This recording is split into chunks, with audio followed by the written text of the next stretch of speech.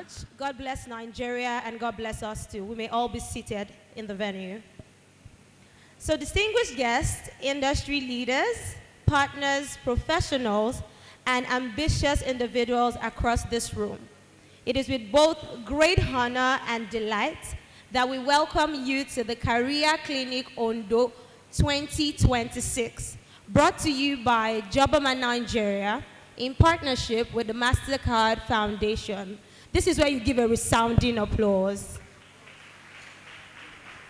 Ladies and gentlemen, the world of work is evolving faster than ever before. New technologies are emerging, industries are transforming, and employers no longer look out for just qualifications. They look out for innovation, adaptability, digital competence, and problem-solving skills. This is why the theme for this career clinic is both timely and important. Blueprint for success, building skills for the future of work. I'm sure some of us are wondering what blueprint is. Blueprint is a plan. It's a direction. It is a mapped out detail that shows where you are and where you aspire to be. And today, just like the past 6 years, Jobberman, in partnership with MasterCard Foundation, is intentional about equipping every intentional mind here, every ambitious individual that looks to position themselves for greatness in the corporate space or whatever field that you may find yourself. And with this, we are super excited that you have chosen today to invest in yourself. Now, ladies and gentlemen, are you ready for the inspirational change that is about to happen in this room? Are you ready? All right, so without further ado, we would like to recognize each and every individual that is here today. And we're starting with the most important person in the room, the very person of yourself. Please give yourself a resounding applause. I mean, you can do better. Here. You can do better. If you know you are the real MVP, the applause can be louder. Thank you very much. Once again, with a resounding applause, I'd like us to welcome Olamide Adeyeye, the country head of programs, Jobberman Nigeria. Please celebrate him. Please don't stop clapping as we make welcome and recognize the very person of the head of youth engagement and learning, Jobberman Nigeria, Inni Ikide. Please a resounding applause for him. Don't stop clapping right now. I'd like us to welcome Oladoyin Kolawole, strategy lead, Jobberman Nigeria. And also representing the Ministry of Women Affairs, a resounding applause for Mr. Samuel Olumide, representing the Commissioner. Thank you so much, sir, for being here. We honor and appreciate you. Representing Ministry of Youth and Sports, let's appreciate Omokinde Kehinde. Please, a round of applause for him. Thank you so much, sir. So now we are going straight into the event. But we have some ground rules that would like everyone to abide by. First things first, let's ensure that our phones are on silent. If you want to enjoy to the fullest what is happening in this very room, decorum is advised. Ladies and gentlemen, also, if you need to use the restroom, kindly reach out to any of the protocol members to your left or right. They are wearing a black top and black pants or jeans. So it's easy for you to recognize them amongst the crowd. So they can easily get you to the restroom. We are also very intentional about nursing mothers. So we have a nursery where your children can stay while you enjoy to the fullest what is happening in this room today. So also reach out to the protocol members and they would help you to the nursery. And one more thing, there is going to be a one-on-one counseling happening right here in this venue. You can enjoy from it by going upstairs. In case you don't know where the staircase is, once you step out of this venue, to your left and right, there are staircases. You can use either one to find your way right there. And now, I'm sure you're wondering who are these beautiful, dark, ebony-looking young ladies standing in front of you today. I mean, I am wearing a two-piece that is specifically blue in color and has hints of white. I think I'm a 5'3". On a good day, I don't want to accept that I'm too short. Right? Right. And I'm sure you want to describe what you're wearing also so they can know. Okay, so I'm wearing a chocolate brown blouse and a white wide leg pants, looking gorgeous. You can see it. And my name is Dr. Onidamola Omo Baba Faweyemi. Yes, please give the applause. Can do better. Thank you. I like to possess my father's name before I take another man's own. So, and with me is this amazing damsel. Yeah, my name is Adewoyin Adebukola, best known as the Global Simi Satire, and it's a pleasure to serve as a co-host today. So, ladies and gentlemen, to open the event proper, we're going to have the opening remark from the very person of Olamide Adeyeye, the country head of programs, Jobberman, Nigeria. Please, a resounding applause as he comes up stage, please. Don't stop, don't stop. Energy, energy, energy. Yes, we're youthful people. We're vibrant. Let's have the energy in the room. Thank you, thank you, thank you. Good morning, sir. You're looking very sharp. Thank you very much. Please put your hands together for them. Dr. Faweyemi and, hey, see, this is how I put myself in trouble. Good morning, everyone. Good morning, everyone. Love it. So first and foremost, I really want to welcome everyone here present. Our keynote speaker, thank you so much, Ma, for coming. Representative of the Ministry of Women Affairs, thank you so much, sir. And the Ministry of Youth and Sports, thank you so much, sir. It's definitely been a pleasure being in Ondo State. After about 10 years, I left the States, and it brings a lot of memories for me as an individual, because a significant part of my life was shaped within the States. As I'm a graduate of FUTA. Any Futarian in the room? Okay, love it. So it's quite nostalgic, being in this room this morning, and I'm definitely looking forward to an exciting time. So again, I want to really appreciate you for being here and being a part of this. And maybe just to start this out, I want to start by asking you a question. How many of you have ever seen a job opportunity and thought, I can do this job, but you don't know how to convince the person who is hiring to give you a chance to do it? How many of you have felt like that? You can do it, you're smart, you have the experience. You probably even have, you've even done something more difficult, but you've found it very difficult to convince the person. Or maybe you spent time tailoring your CV. You submitted the application and then you waited for a response and it never came. If you have applied for a job and never got a response, can I see your hand in the air? Oh, amazing. Okay. Or maybe you've even tried to build something of your own, maybe a business, beside also a dream, where you are wondering how you can turn your passion into something sustainable. I remember that while I was in school then, one of the first businesses that I did was to sell bracelets.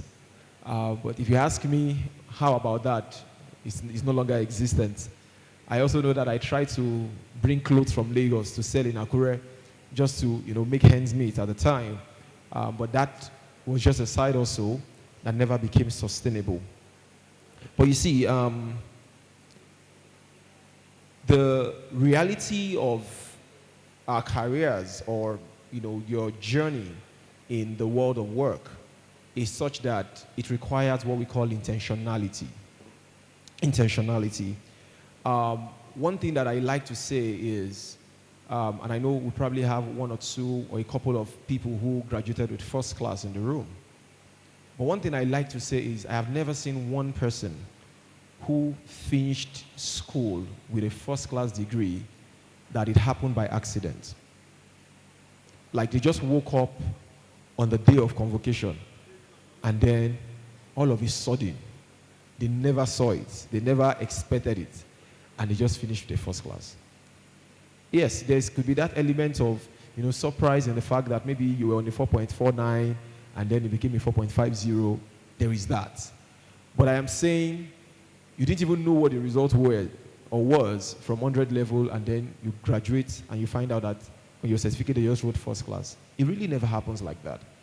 It means that success is intentional. It means that success is deliberate. And if you apply the same thinking and the same perspective to what you call your career or your business or what you want to build as an individual, it also shows how that you never just land in a successful career. You see, that career of your dream actually starts with that dream. It starts with that thought, that expectation, that aspiration to say that, okay, this is actually what I want to make out of this. It's a deliberate attempt, concerted effort to see that beyond just ticking the box, beyond just playing small, there is something about me and about my journey that I want to make an outstanding result from. And I think that's the real essence of this conversation we are having this morning. See, we have come together not just because it's another event. And I know there are several events probably happening around and will still happen. But it's really a call to challenge you, a call, an invitation, to rethink the opportunities that can define what your socioeconomic outcome is. I know that we live at a time when there is a lot of demand and expectation of the government, and we should continue to do that. But one of the things that we have seen is that countries and nations that have grown and have thrived did not grow because, governments had the best policies or the best systems in place. It happened because individuals within those systems decided to create opportunities for transformation and transilience within such difficulty. And so, I personally believe that the development of our country, the development of our nation, the transformation that we earnestly desire as a country is on the shoulders of its young people. Why the young people? The young people because today Nigeria sits as the country with the largest population of young people in the world. The largest population of young people in the world. It means that if you think you are a minority, you need to think again. And so there is a lot expected of you. There is a lot, that of our socioeconomic transformation that is hinged on your shoulders. And while there may be deficiencies in the systems, I know that there is nothing stronger than the will of a man, the will of a young woman, the will of, that person who sits in this room and says, I want to really craft and design a blueprint that makes me a successful person in my career. I don't just want to play small. I don't just want to tick the box. My desire is not just to get a job and to settle. My desire is to transcend and to create a meaningful pathway that both shifts my own trajectory as an individual, trajectory of people in my family, but also becomes a model for generations to come. And so our conversation this morning and the interactions, I'm sure we are going to have our keynote speaker who is going to expose the team to us. We'll have breakout sessions, we'll have role plays. We have different aspects of this conversation. But I want you to recognize that all of that conversation has something to deposit in you and be deliberate about making use of it. So I will invite you this morning, to listen very well, to contribute, to interact, to learn and to unlearn, and more importantly, to relearn. And you see, as you do all of that, taking deliberate intentions and actions such that all the things that you have heard, you put it to work and you see the results not many days from now. Apart from learning, one of the things that I'm also really hoping and encouraging you to do today is to network. You see, there is something about the person you're sitting down with that could be transformational.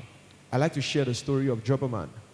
Jobberman was founded by two young undergraduates who basically, found themselves in an environment like this, decided to have a conversation, and today, 17 years later, we are gathered here because of the legacy of what they did and built. I also believe that such collaborations and interaction can come out of this room.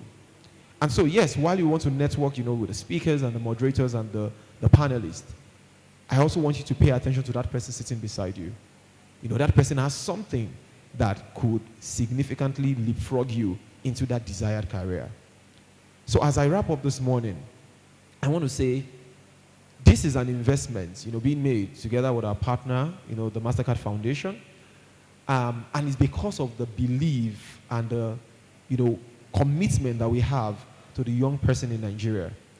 And so while this may be an event, or you might have found yourself here by one reason or the other, I want you to recognize that there is something in this room for you. And this could literally shift the trajectory of your career altogether. It doesn't matter where you are. You may be a student, you may be serving, you may probably be in one career and just thinking of which of these things should I explore. All of that, the answers to those questions are available for you. And I want you to just be deliberate about making the best use of this opportunity. So we are gathered here to ensure that, you have an amazing time. And so to every one of you in this room, you don't have to have everything figured out today. You don't need a perfect career plan. That's not what we are aiming to do at the end of the day. You don't need to know exactly where you will be in 5 years. What matters is that you keep learning, you keep growing, and you keep moving forward. So every skill you gain is an investment into your future. Every connection you make expands your opportunities. Every step you take brings you closer to the future you want to build. So thank you again for being here, and welcome to the Jobberman Ondo Career Clinic 2026. Let's build our blueprint of success together. Thank you very much. Your applause can be louder.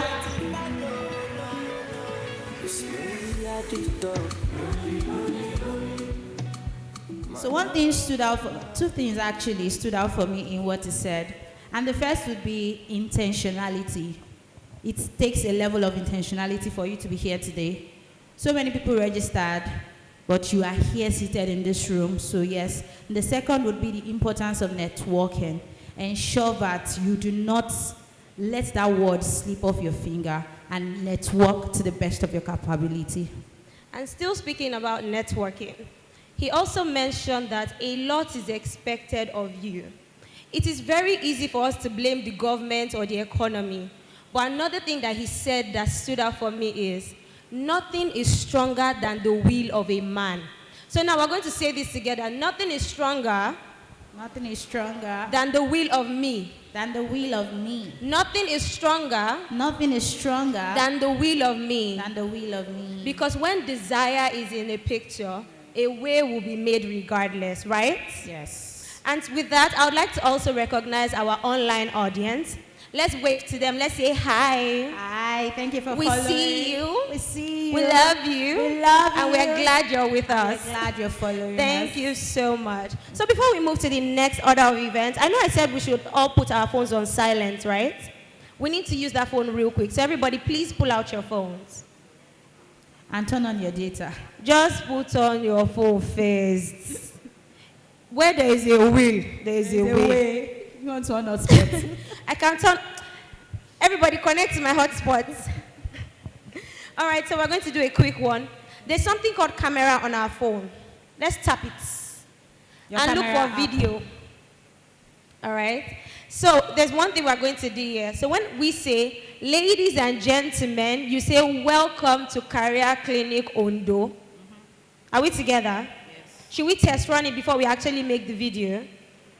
So 1, 2, 3, go. Ladies and gentlemen. All right, so now everybody pull out your phones.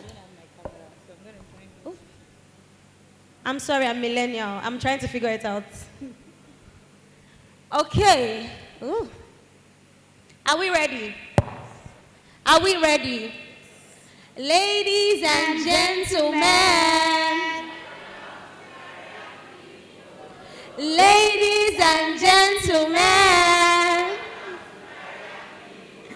Thank you very much. So now that video is going on our social media platforms, and you get to use the hashtag Jobberman Nigeria, hashtag Career Clinic Ondo. Are we on that? Don't be shy. You can post on your Instagram story. You can post on Twitter, now X. You can tag us too so that we know that you have posted it because we are taking attendance. Tag us at Jobberman Nigeria Yes. on Instagram, Jobberman Nigeria on LinkedIn, Jobberman.com on X. We want to see you. We want to know that you are here. I mean, I could just check later and we have something for someone. No promises. You've been promising gifts since morning. This woman has money, by the way. This young lady in brown top and white pants looking all chic, she has money. Just make sure you do what you have to do. Remember they said network after now. Please network with her. You can drop your account number along the way. I mean, she'll be very happy to collect it, right? Ensure that's your WhatsApp number as well. Thank you. All right, so ladies and gentlemen, without further ado, we're going straight into the keynote address for today. Are we excited about that? All right.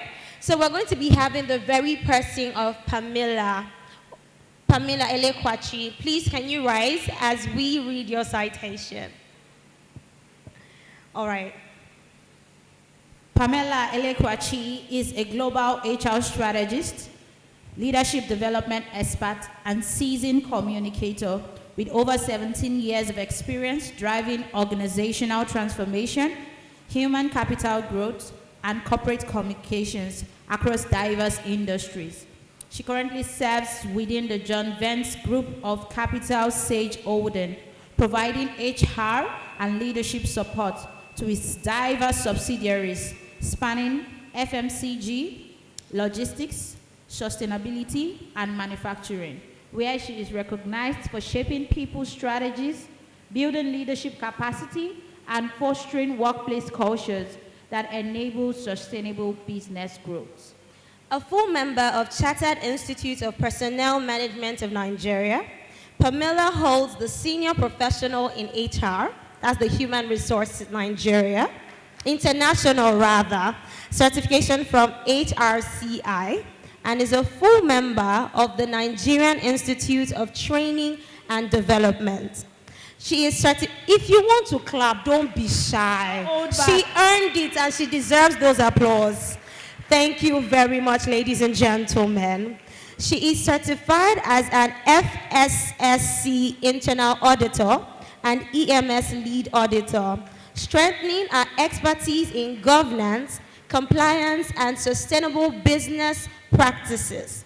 Pamela earned a master's degree in International Human Resource Management from Rome Business School, Nigeria.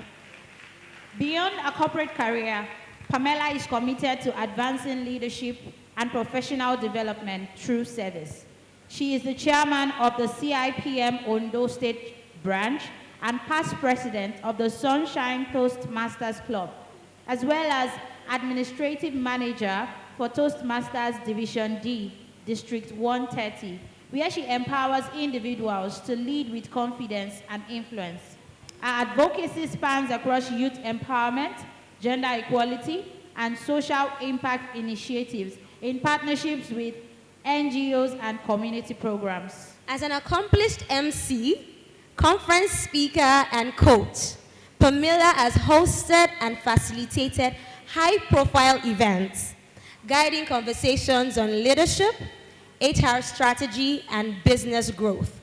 She is passionate about mentoring professionals in public speaking and leadership, equipping them to thrive in their career and communities. She champions the power of service, mentorship, and strategic HR leadership as essential drivers of business success and societal progress.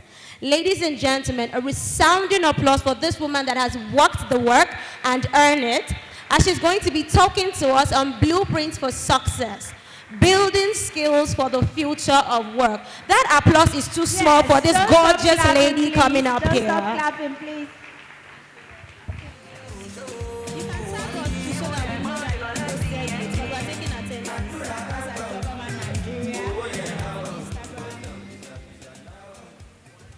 Good morning, Akure. Can you please clap for those two ladies that stepped out of stage right now? Very impressive. Very impressive. You can see why I love their presentation. I'm a Toastmaster and I love your public speaking skills. Thank you. Before we start, I want to greet, let's get the niceties out of the way. I want to congratulate Jobberman for pulling this off, and also with the support of MasterCard Foundation, and greet every participant and guest that has made it to this event. So I think immediately after Olamide's speech, and he came in and he said, when they were doing the camera thing, they was like, well, yeah, the Jazzy event, you know how it is. So please, we're going to do a song. If you know this song, I want you to join me. If you know it, I will just do a cue, right? Are we ready? Are we ready? All right, let's go. Happiness,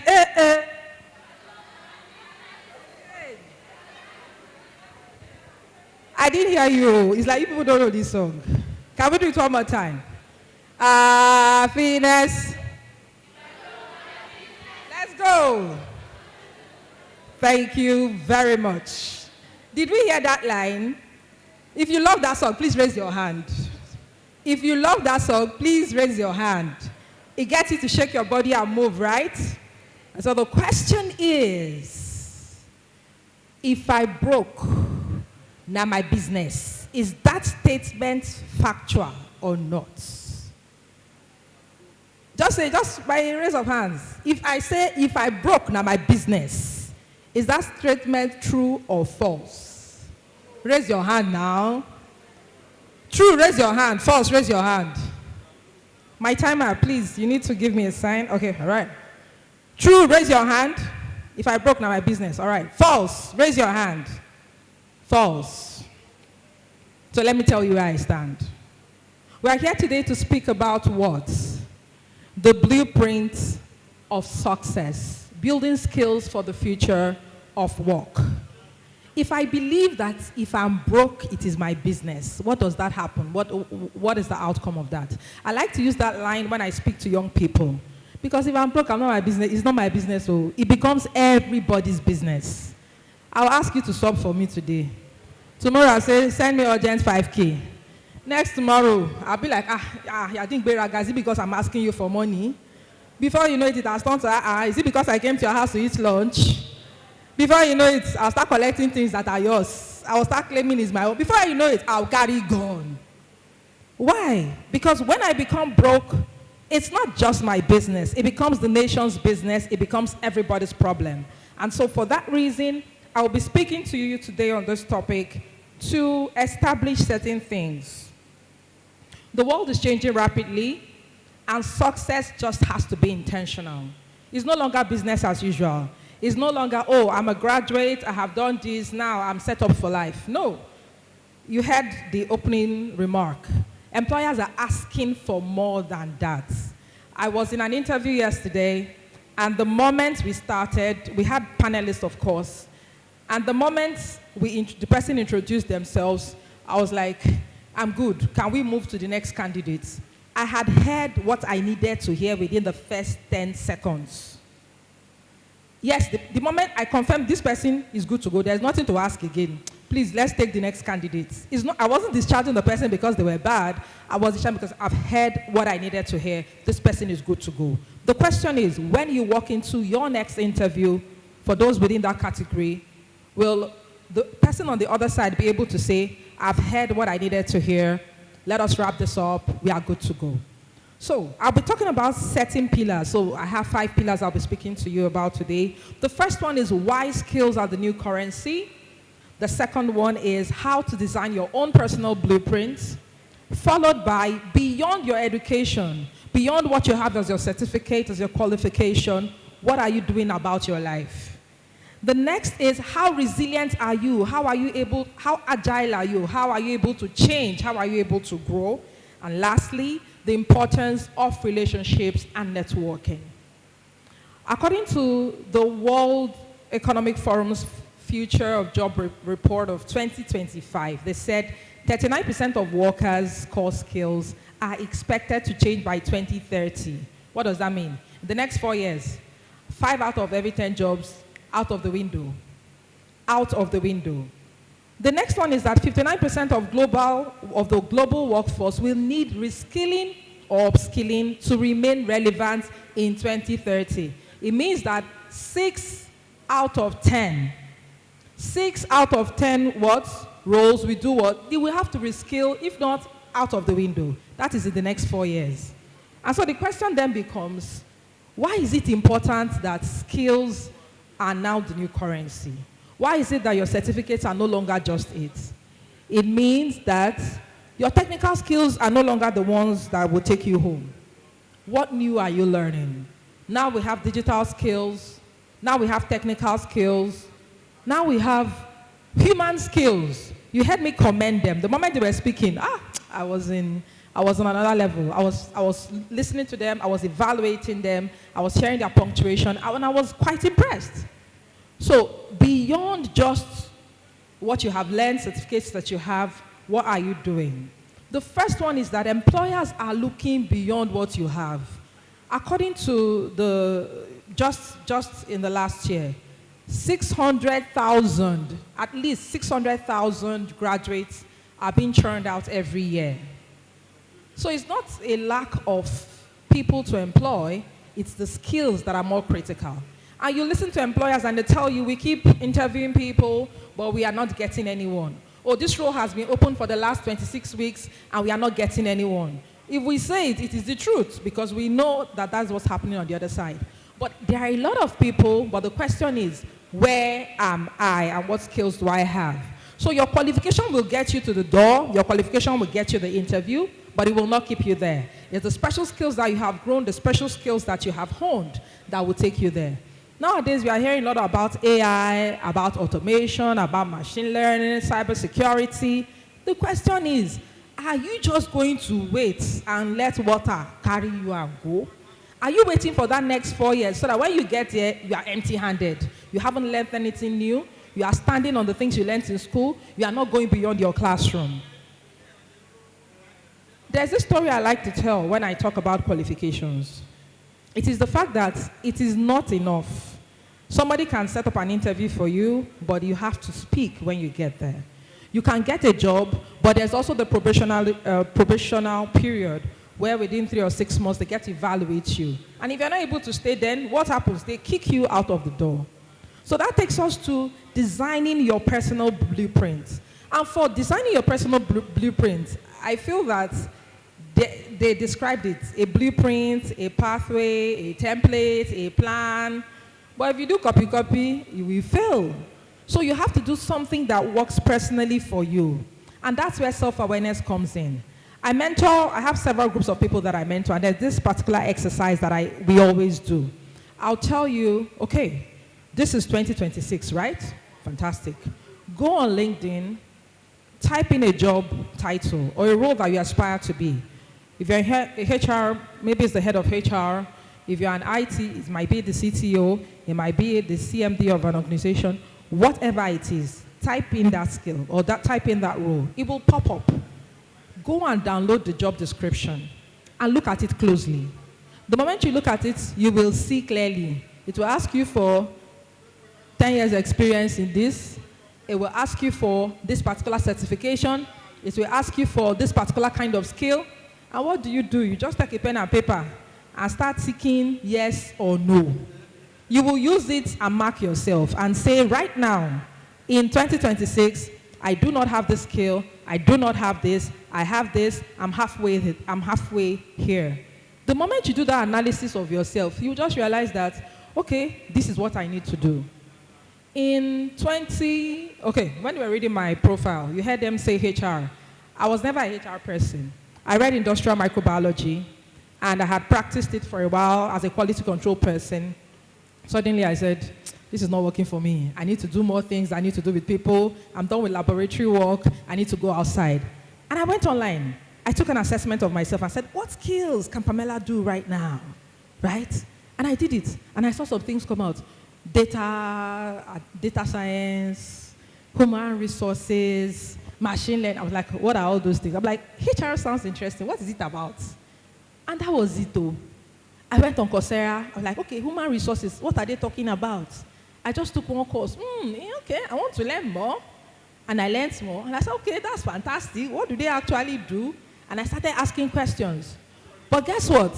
I had transferable skills. So your skills, when you do something in school, you learn something, please note, it's not your blood, your destiny is not tied to it. You're there to just learn transferable skills that you can use in any sphere of your life. And so what did I do? I picked up that thing. I said, okay, what's the next thing to do? Get certified in human resources. How do you get certified in human resources? You may have to practice or you have to get a certification. And in that same organization, I left briefly and I came back again. As what? As human resources, because I had skills that were transferable. I practiced for a while and I said, okay, if I want to do a certification locally for HR, where do I go? They said CIPM. I said, okay, let's go. I went, I wrote examinations. Within 2 years, I was done. I was certified. I said, okay, what next can I do? They said, if I want to do like an international certification, what can I do? They said, there's something called HRCI, SHRM. I said, okay, HRCI, let's look into it. How many years? 5 years minimum experience in HR? I can do that. And that was it. I did it. When I was done, I said, okay, what next? What next can we do? Oh, you can get a master's in human resources to show that you're actually serious about this pathway you have chosen. And I went ahead and I did it. And now I'm like, okay, I think we've conquered HR to a very comfortable level, right? So what does that tell you? It tells you that you can wake up one day and change your mind. All you need to do is to just be in that zone where you are telling yourself the truth, you are self-aware, you are focusing on your own personal journey and not just focusing on what another person's own is. The moment you are able to design that your personal blueprint to say, this is where I want to go, this is how I want to get there, and this is how long it will take me to get there, then definitely you're walking towards that place. And then, when you come back again to how are you able to move or project yourself beyond what you have actually learned? Beyond what you have learned, you have to start focusing on life beyond graduation. You have graduated, you already have a job, you do not have a job, there are also other ways. The first one I like to highlight a lot is volunteering. People play with volunteering a lot. People play with it a lot. If you volunteer, it means that it can be in church, it can be in the mosque, it can be anywhere. It could be your old girls association, your old boys association. Just show up. Oh, how many people are attending this event? We need to be able to do this. Just show up.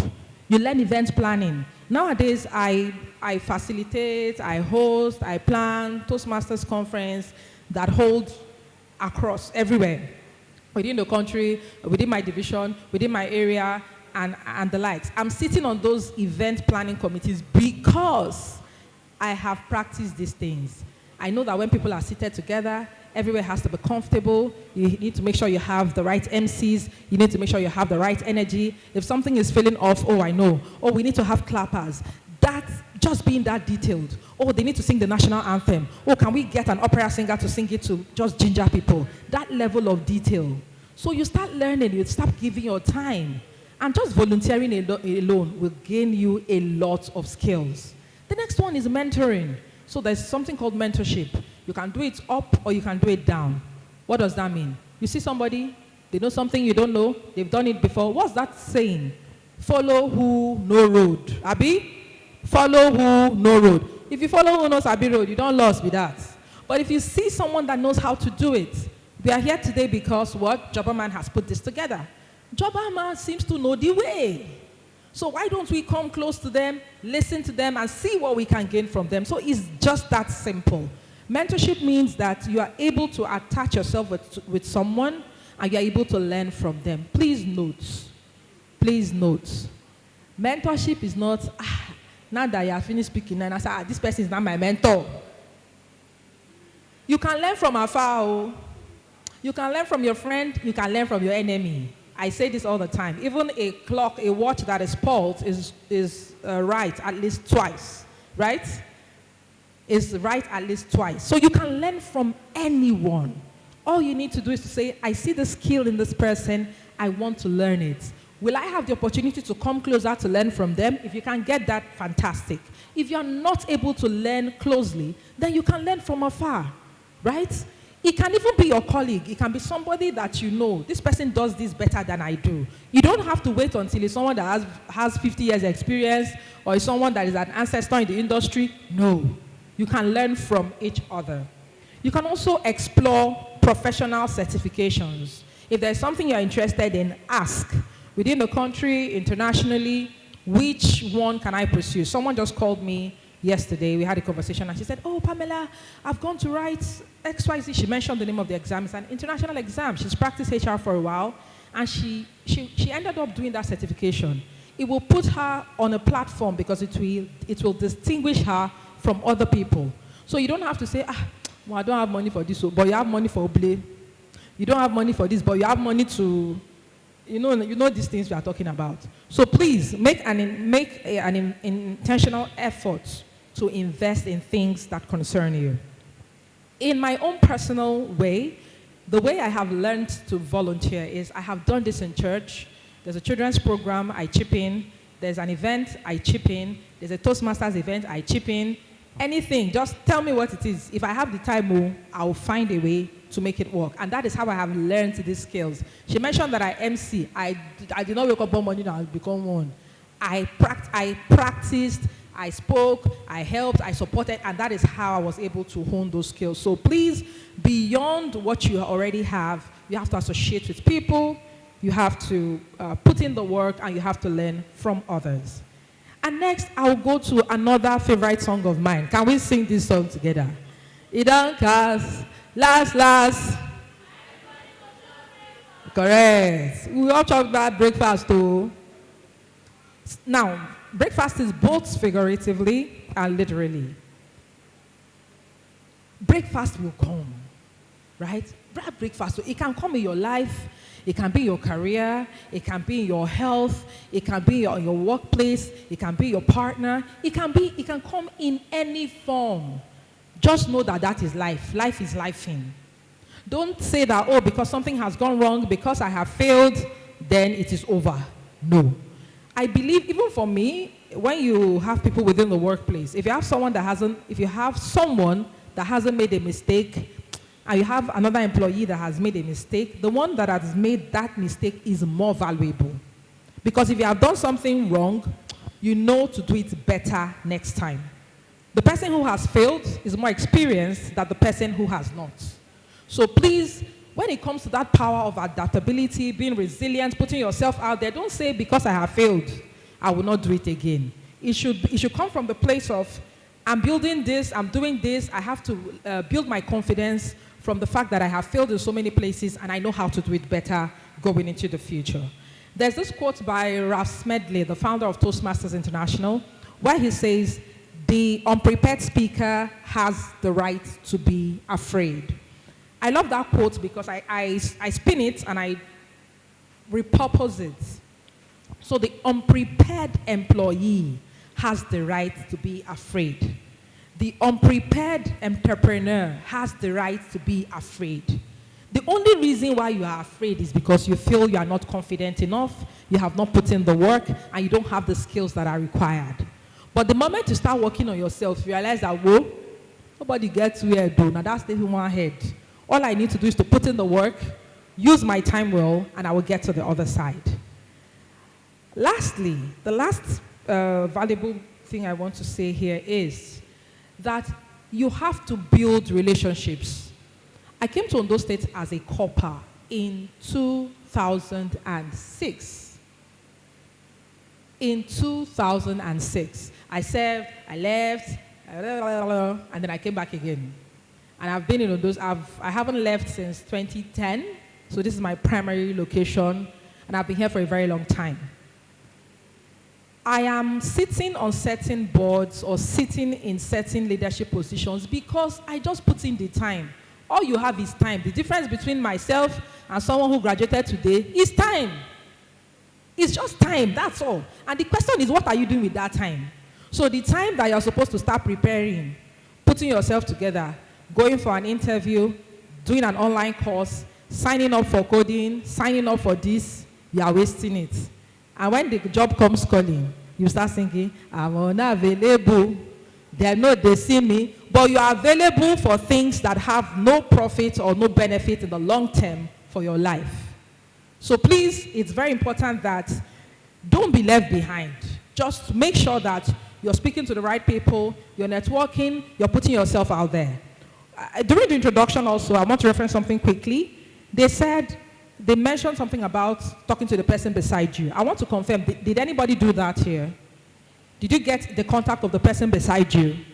Yes, you did. Now, there's also one other thing I want you to leave here with.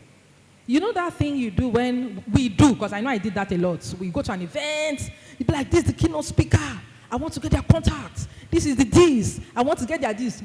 Whoa, that's a smaller pool. Oh. The biggest and the largest option you have is to get as many other contacts in the room. If you're able to get 20, and you are ambitious, and the person is ambitious, in the next 5 years, when you have, maybe you are a junior XYZ, you have become a senior something. From senior something, you have graduated towards a lead. Before you know it, you are a guy in one place. So the same way you are growing is the same rate that the others will grow. So do not just focus only on people that are at the top to say, these are the people I want to network with, these are the people that I want to associate with, these are the people that I want to mentor me. Also have that association or collaboration with the people on your level. And all in all, I've spoken about building valuable skills, creating your own personal blueprint, never stop learning, being adaptable and resilient, and building relationships and visibility. Before I go, I want to ask you that what skills are you committed to learning today? Just write it on the paper. Just write it on the paper. What new skill do you want to learn today? Does it have something to do with AI? Does it have to do with workshop? Does it have to do with automating a job? Just something new. Write it on the paper right now. The best way to predict the future is to create it. I love this particular quote by Peter Drucker, the father of modern management, where he says the best way to create the future, to predict the future, is to create it. And I ask you today, how do you plan to create that future that you want to see? If you have written that skill on the paper, please just take it up. Just take it up and wave it. If you have written that skill, for me, there's a new skill that I want to learn. I want to actually learn how to read music. Like read it on the notes. I want to learn, I pretend that I know how to do it, but I actually don't. So I want to learn how to do it. That's the skill I want to learn right now. So please put that one skill down that you feel you want to learn right now that will take you from where you are to where you want to be in the future. Thank you very much. It's been a pleasure having this conversation with you, and I'm open to take your questions. Thank you very much, ma'am. Please, with a standing ovation, let's celebrate as she goes back to her seat. Please celebrate her. I learned a lot. I'm sure you did too. In fact, my co-host said our note was filled. Please celebrate her.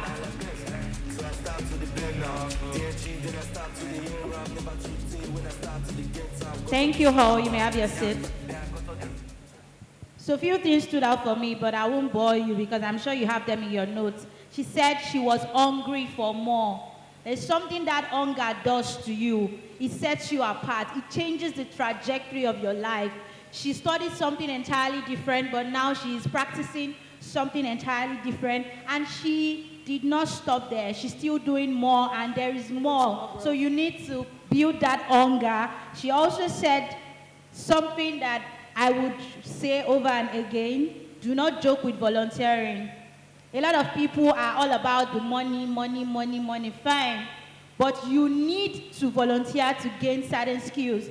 As an undergraduate, I used to volunteer a lot, and when I graduated, my CV was almost 2 pages already. Ooh, and that was from volunteering, right? That's so lovely. You need to volunteer. It just changes the game for you. It puts you ahead of your peers. So if there's anything that you are going home with today, you are not too old to volunteer. You can do it in church, you can do it in NGOs. Just make sure that you are valuable and you are serving with your skills. Definitely you would learn more. Thank you. Please, a resounding applause for her. That was very wholesome. That was very wholesome. Thank you very much. One thing we highlighted in the beginning is that we are getting that blueprint. And that blueprint is where we are now to where we aspire to be mapped out. And if there's anything that even from the opening remark has been addressed, is that you have to be intentional. He mentioned something about will. Now she has highlighted 5 pillars that help you to become that person you aspire to be. A mentor of mine always says something that to be the different person in the room, you have to be abnormal. Abnormal does not mean being weird. It is everything that she just said. The preparation, the going the extra mile, the volunteering, the networking. And the one thing she left with us is so solid in my heart. I had to write it down even though that sheet was already full. She said the best way to predict the future is to create it. And what better way can you create that future for yourself? By investing in yourself. That's one way.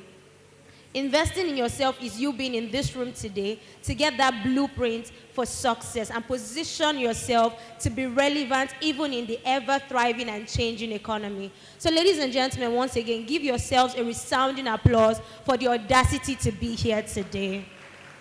Deserve it. Thank you so, so much. So right about now, we'll have the photo session. Are the photography team ready?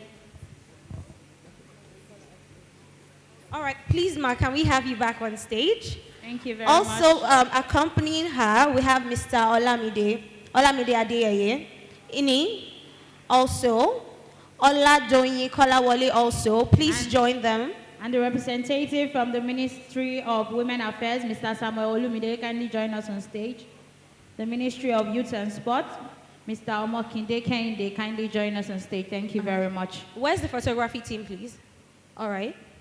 Please. I can't explain this feeling.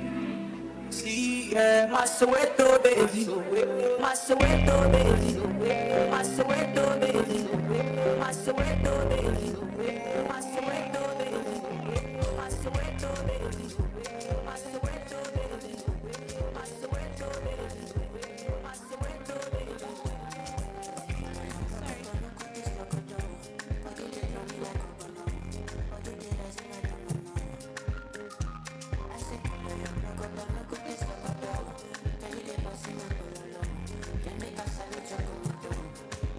Thank you so much. Thank you very much. All right, so before we move on to our next segment, rather, we mentioned networking in the beginning, so we'd like to have 2 people come out and tell us one thing about the person they networked with and what conversations they had, basically. I thought you said we are being audacious. Audacity now. No forming. Why are we just smiling and looking at me?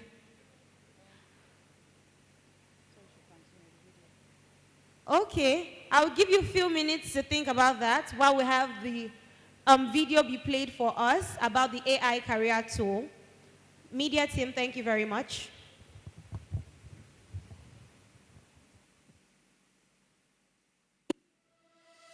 Hi there. This is how to access our AI career tool on Jobberman. Log into your Jobberman account.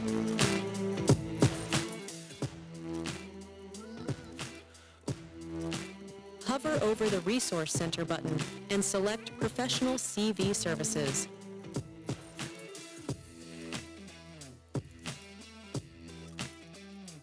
Here, you'll find details about our AI career tool, what it offers, and how it helps. Once you're ready, choose a subscription package.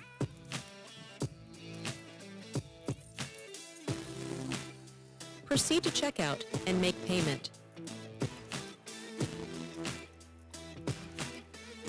You'll receive a confirmation email.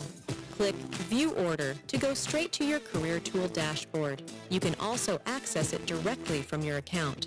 Once logged in, you'll fill in a few onboarding questions, set your career goals, then see an overview of what's included in your package. For the CV Builder, click Upload an existing CV or create one from scratch. Fill in the sections and let AI modify and improve it. You can also choose a template that matches your style. Click on Update Resume to reflect your most recent edits. For the cover letter, click New Cover Letter. Upload a similar job description or paste the job requirements for a tailored output. You can further customize the cover letter by adjusting the tone and length to match your needs. Then, save as new or replace previous cover letter. You can also prepare for interview by entering a sample job title. And we'll provide you with AI-generated interview questions and answers for your select role. You can also practice with our mock interview simulator. Select the job role you want to prepare for, the interview stage, difficulty level, language, and even the AI interviewer.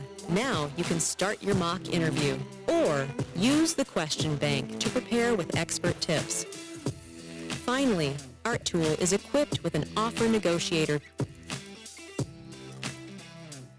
Upload or paste your offer letter, and AI will suggest counteroffers and even generate a negotiation email for you.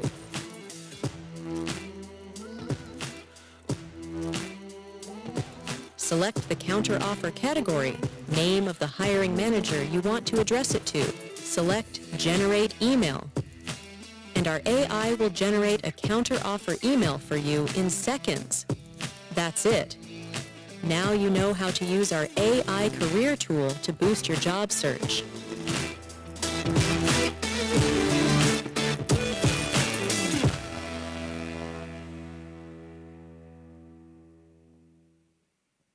Get noticed before you even say, "Dear hiring manager."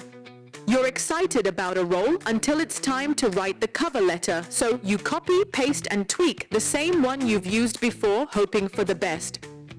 A recycled cover letter won't get you noticed. Say hello to your AI virtual cover letter builder. Now, writing a cover letter is simple, personalized, and done in minutes. Just paste the job description or drop in the link, and our AI virtual cover letter builder instantly tailors a cover letter using your CV highlights, so it speaks directly to the role. Need it formal, casual, or balanced? You are in control. Select the length that suits the job, short, long, or medium, and when it's ready, you can download it in Word or PDF format, just like that. Now, you have a cover letter that's truly you and tailored to the role. Create your next cover letter in minutes with our AI virtual cover letter builder. Try it now. Get hired. Your experience is valuable, but your CV doesn't always convey it. Whether you're applying for your first job or your next big role, your CV should tell your story, not just your job tasks. Are you fresh out of school, not knowing how to create a CV without work experience? You've done the work, but your CV just lists tasks, not the value you've added. You've built a career, led teams, and made a real impact, but your CV doesn't reflect that. With our AI virtual CV builder, your experience gets the spotlight it deserves, no matter your level. Get guided through simple prompts to build a new CV quickly. If you have an existing CV, upload it and let our AI career virtual assistant rewrite your experience with structure and clarity. Select a modern template that recruiters and applicant tracking systems ATS can easily read. Then download your CV in Word or PDF format and confidently apply for jobs. This time your CV doesn't just list your work, it tells your story and showcases your values. Try our AI virtual CV builder today. Walk into your next interview ready. You've done the work, updated your CV, sent your application. Then comes the interview invite and the anxiety sets in. No matter your level, interviews can feel like a test you didn't prepare for. Meet your AI virtual interview assistant, who will help you show up ready. Simply type in the role you're applying for or paste the job description. It tailors the questions to the job so that you can practice easily. You get competent guidance, sample answers, and boost your confidence with every question. Then, take the mock interview, and discuss your answers with a virtual interviewer. Our AI virtual interview assistant provides feedback on your eye contact, clarity, and communication style, allowing you to refine your approach before the interview. Show up with calmness, clarity, and confidence. Try our AI virtual interview assistant now. Get hired. You got the offer. Now comes the money talk. How do you know if your offer is fair? What should you ask for? And how do you say it without sounding difficult? Meet your AI virtual offer negotiator, built to help you confidently negotiate compensation and benefits. It reviews your offer based on the role, industry standards, and current market data, recommending a reasonable counteroffer and a ready-to-send negotiation email. You've earned the seat. Now let's make sure the offer reflects your worth. Use our AI virtual offer negotiator now. Review, respond, and negotiate like a pro. Get hired.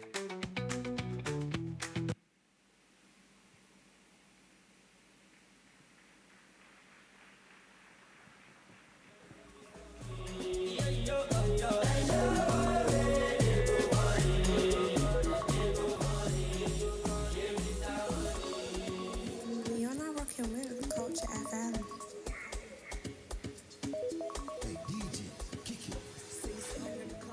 Thank you very much, Jobberman Nigeria, in partnership with MasterCard Foundation for that beautiful one already.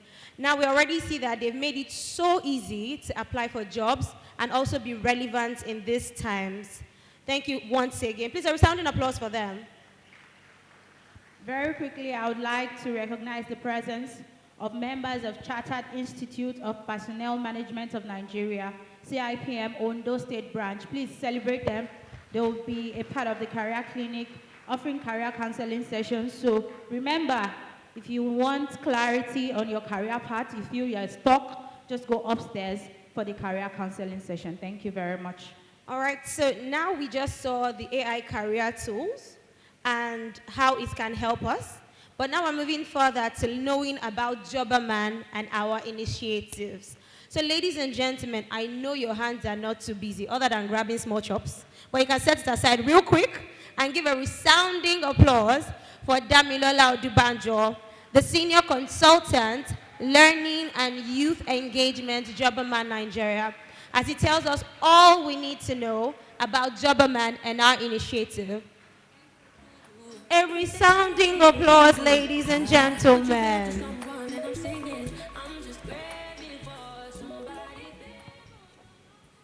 All right. Hello, everyone. Good afternoon. My name is Damilola Odubanjo, right? And I am happy to be with you here in Akure. So I'm going to be talking about Jobberman. I know most of you are already thinking, most of you that don't really know who we are, you just heard about this event and you attended, and you're just asking, what are we about? So I'm going to be talking more about that, our offerings, and also the different initiatives that we run. Okay? But first, I want to start with something simple. First, we need to accept the truth, right? It's very difficult to find jobs, right? And also building your careers, right? Ensuring that you have a fulfilling career, a sustainable career. It is not actually easy, it's very hard, right? And the truth is that it is not that we do not have the talent. It is not that the young people do not have the ambition, right? The issue is that we do not have access to these opportunities, right? Reaching these opportunities is a problem, and that is why Jobberman exists, and these are the problems we are trying to solve, okay? So now to move to who are we? Who are Jobberman? What do we do? Right, Jobberman was founded in 2009, and we are a recruitment platform and also a career development platform, right? And okay, we are a recruitment platform and a career development platform, right? And we have over 3 million youths or job seekers on our platform and over 90,000 employers. But beyond this, beyond just matching people to jobs, we're also focusing on career development because we understand that many of the Nigerian youths, they do not have the right capacity in terms of skills to gain these jobs. We've gotten feedback from research, from the government, and that's why career development is also a priority for us, okay? And over the years, this has been our mission to ensure that more job seekers are able to get jobs at the end of the day. Currently, we're in 14 states across the country, and we also have different initiatives which I'm going to be talking about. And also, we're also building an ecosystem to ensure that we are able to provide more opportunities to the youth. We have different training opportunities. We have events as well, just to ensure that we are bringing you closer to those jobs. So all these initiatives, right, are being managed by our partnership with Mastercard Foundation. In the year 2020, we signed a partnership with Mastercard Foundation to try to solve the unemployability problems in the country. And the goal of this program is to ensure that we're able to train over 5 million people in 10 years and place over 2 million of them in dignified work as well. So now I'm going to be talking about our different initiatives. I'm going to be starting with our training. So for our trainings, remember I said it's very important that we build the capacity of the youth, right? And the first training opportunity I'm going to be talking about is the Building Careers for Workplace Success course. It was formerly known as soft skills training. And this training is actually very important for the youth, people looking to gain employment and maintain employment, right? So first of all, what are soft skills? Soft skills have to do with interpersonal skills that helps you build better relationships with stakeholders, co-workers, right, and enable you grow in your career. And aside from interpersonal skills, soft skills also helps to ensure that you also get the best out of yourself, right? We have 5 modules here, and the first is personal effectiveness and time management. We also have business etiquette and workplace ethics course, effective communication, emotional intelligence, critical thinking and problem solving, and employability skills. All these are very necessary, they are very important in ensuring that you gain employment in the first place, right? Because if you don't know what to say in an interview, if you don't know how to sell yourself, right, you're not going to get the jobs.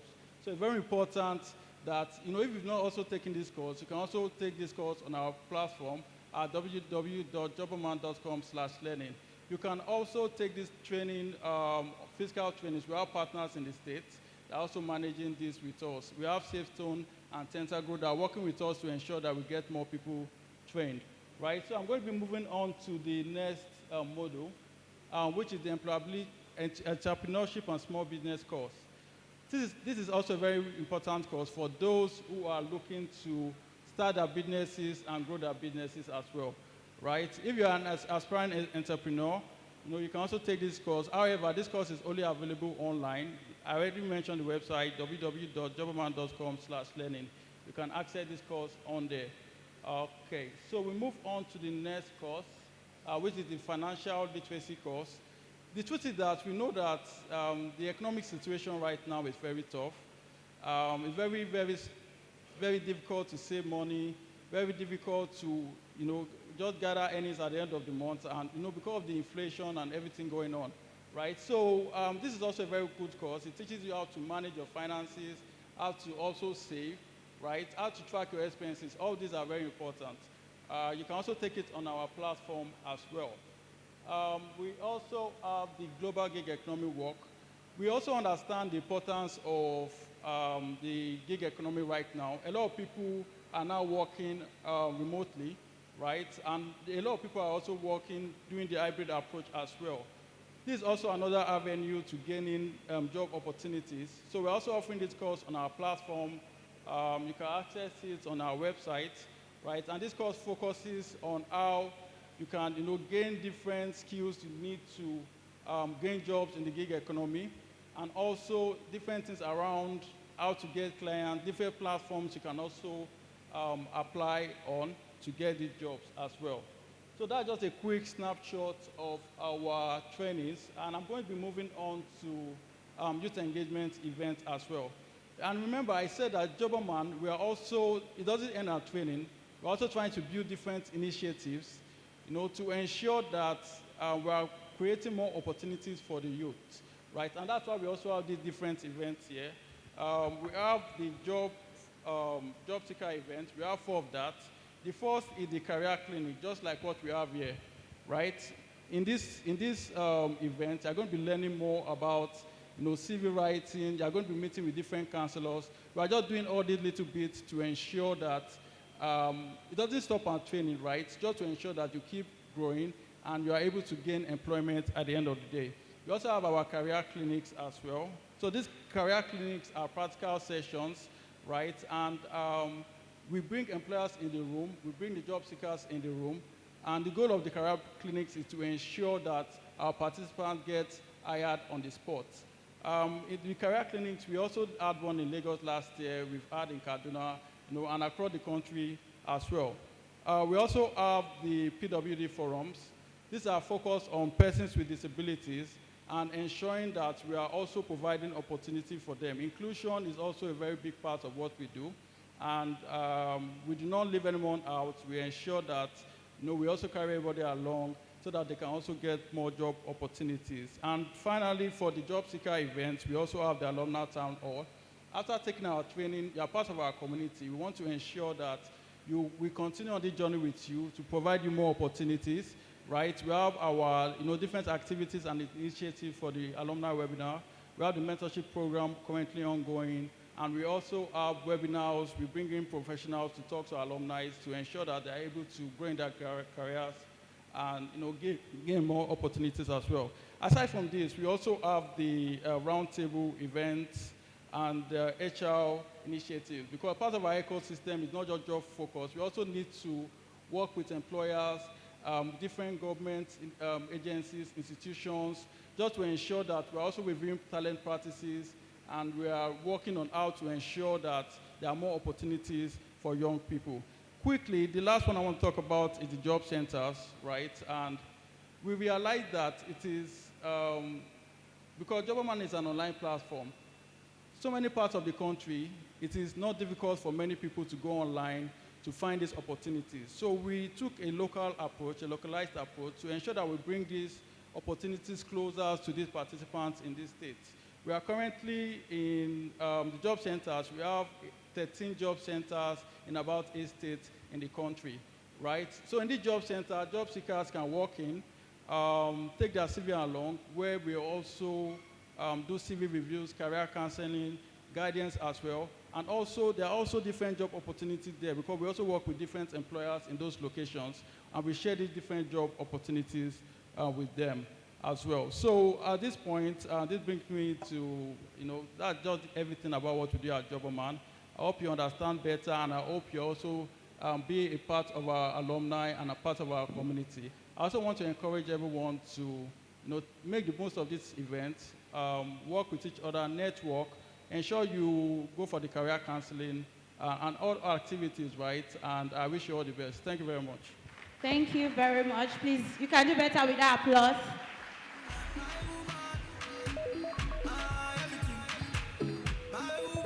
So are we clear on what Jobberman is all about? Do you have any questions? Do you need clarity? Anybody? Okay, in the absence of none, we'll move to the next thing on the agenda. Okay, now it's game time. Who is excited? Who is excited? If I tell you the prize now, you people will be excited. It's game time, guys, and this is a speed game. You will need your phone, and you need your mobile data on. So let's bring out our phones. It's a speed game, and it's called Mentimeter. So I'm just going to give you an hint on what it's about. So there's a list of questions, and a website would be showing on the screen. You can scan it or you can type out the link, and a code to connect and participate in the game. So when you see the question, the fastest finger comes to the top of the leaderboard. So if you're able to answer all of those questions fast, it's all about speed. And everyone can participate. No one is left out. So all you need to do is just scan the code or get into the website, use the code that would display to participate in the game. All right, so ladies and gentlemen, before we go straight into the game, I would like us to recognize one important person that just walked in, the very person of the permanent secretary, Ministry of Youth and Sports, Dr. Lanre Abiodun. Please celebrate him. Good day, sir. Thank you so much for joining us. We appreciate your presence. All right, so who is ready to be a winner? Or should I say, who wants to be a millionaire? If you don't like money in this room, if you want to be a millionaire, your hand up. Exactly. So ladies and gentlemen, now let's clap for the person that is going to be anchoring this particular game, the very person of Olive Thomas, the campaign lead, rather, of Jobberman Nigeria. Please, a resounding applause for her. Olive. Okay. Say, go, Olive, go, Olive, go. Go, Olive, go, Olive, go. Go, Olive, go, Olive, go. Go, Olive, go, Olive, go. Good afternoon.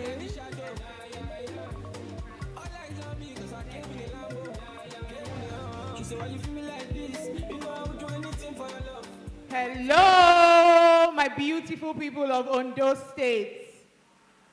I'm not feeling the energy.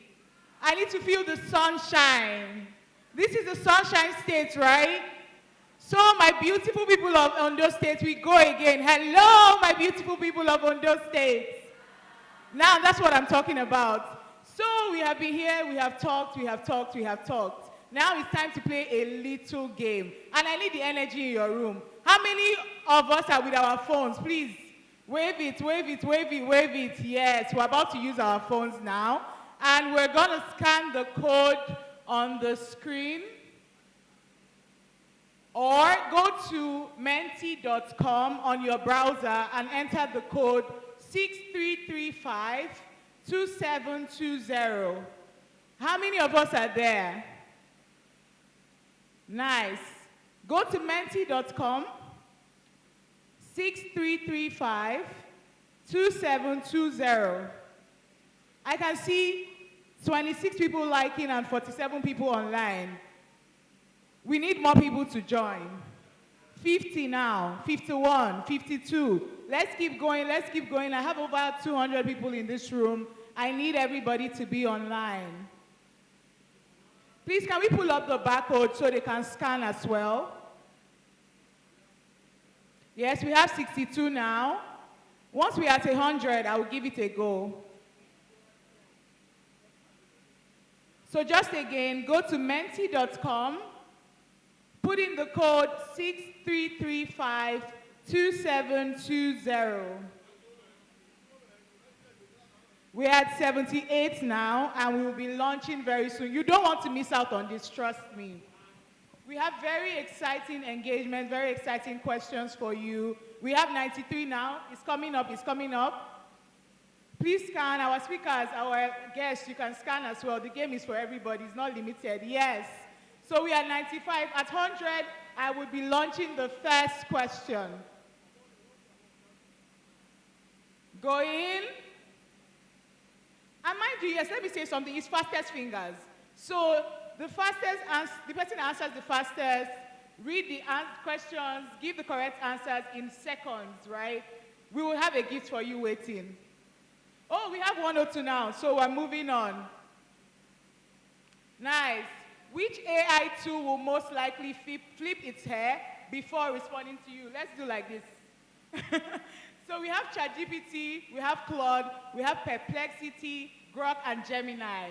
So what's the answer? What's the answer? What's the answer? What's the answer? We're going, we're going. Fastest finger, fastest finger. How many people have answered? Let me see your hands up. Wow, okay, okay. Now we're going to close this. In 3, 2, 1.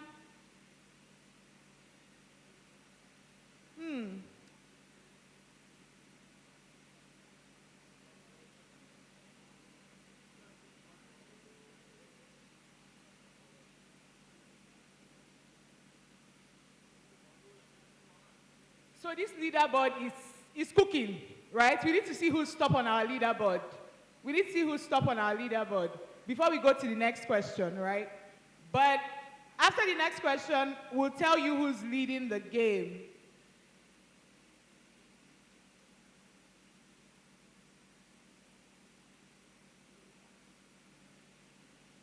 Now, we have another question. If SAPA were a job title, which department will it fall under? Now this one, you need to type it out yourself. Let's see who guesses the same thing fastest. Now, we all know what SAPA is, right? A lot of us, SAPA is flogging us right now, but we're still appearing beautiful. So if SAPA were a job title, which department would it fall under? I can see finance. Why is SAPA joining the finance department, my people? We also have a closed poverty. Wow. The name of SAPA's department is poverty. Wow. Marketing. Marketing is spending money now. Why are you putting them under SAPA? Okay. I'm seeing a lot of people are putting finance. So, Ini, what do we have to say about this? Wow. Finance is giving us money. You're calling them SAPA. How now? My people, how? Fishery. Where did that come from? I'm sure it's people from the universities around here. Fishery. Okay, let's move to the next question. Let's see if we have our leaderboard already, first of all. No results yet. Please, we need to see the leaderboard to ginger people, right? We need to see the leaderboard to ginger people. But I'm moving to the next question now. Who's ready? Let me hear you. Who's ready? Let's go. If your CV could talk, what's the first thing it would say to you? Wow, we have been through a lot. Me, I have been through a lot. Update me. I know some of you here. Update your CVs, please. It's mid-2026. Let's get serious. And who are you? Your CV does not even know you exist. Who are you, really? So let's see. A lot of you have been through a lot. My people in the room. You people have really been through a lot. Update me. Is our leaderboard ready? Okay, let's move to the next question. If we're done here. A lot of updates me, don't worry. We are here for you. That's the reason why we are the Career Clinic 2026 in Ondo State. Next question. Are we ready? Type in an emoji to describe your mood. I've given people ginger. So this one will either make it or break it. Maybe I'll come down after your emoji. So show me the emoji you're feeling right now. Let me know if I should continue or I should step out. So let me, wow, excitement. I love it. It shows I'm doing a good job. I'm keeping you excited. Is that correct? Nice. Let's keep it going. Who is crying now? You ate my small chops and you're crying. Wow. Okay, but I mean, I'm closing my eye to the person crying. I'm seeing only joy right now. But a lot of laughter, a lot of thinking won't wound me. Hey, my brother, me too. But yes, please, let's move to the next one now.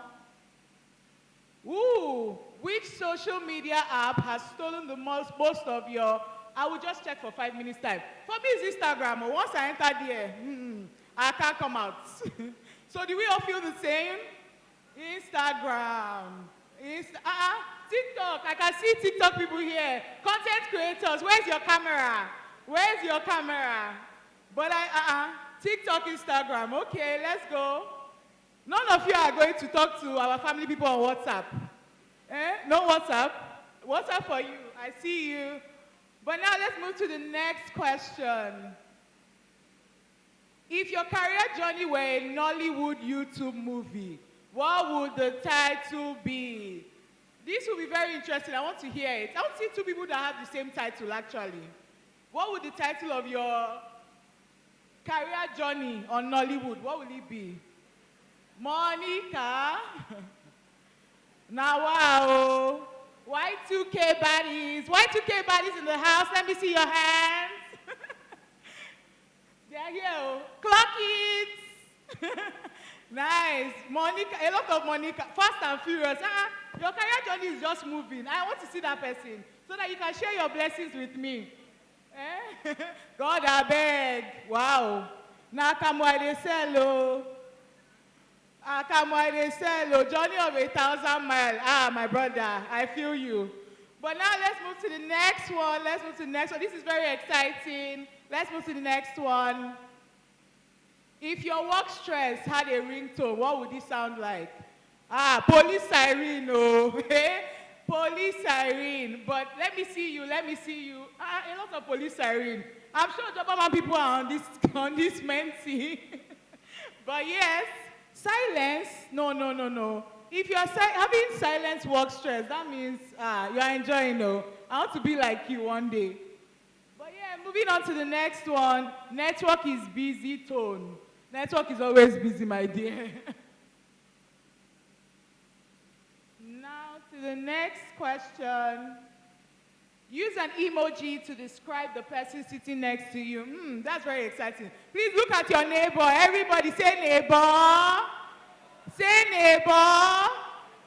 You quite lost struck with your neighbors. Wow. We came for career counseling and guidance, guys.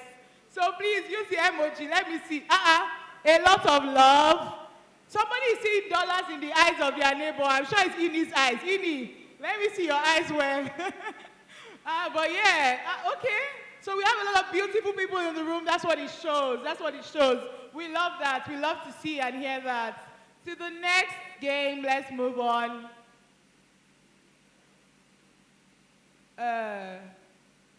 If procrastination were a skill on your CV, what level would you put? Let's see the procrastinators on this place, on the room. Let's see.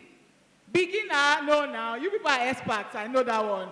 Because how long have you been telling yourself, I will update my CV tomorrow? How many times have you told yourself, I will update my CV next week? I can see a lot of experts.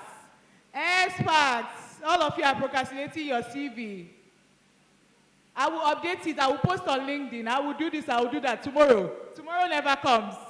So now, on to the next. We see that we have a lot of experts in the house. So we're moving to the next one. If your dream salary were a meal, what would it be? You did not even wait. You did not wait. Sunday rice.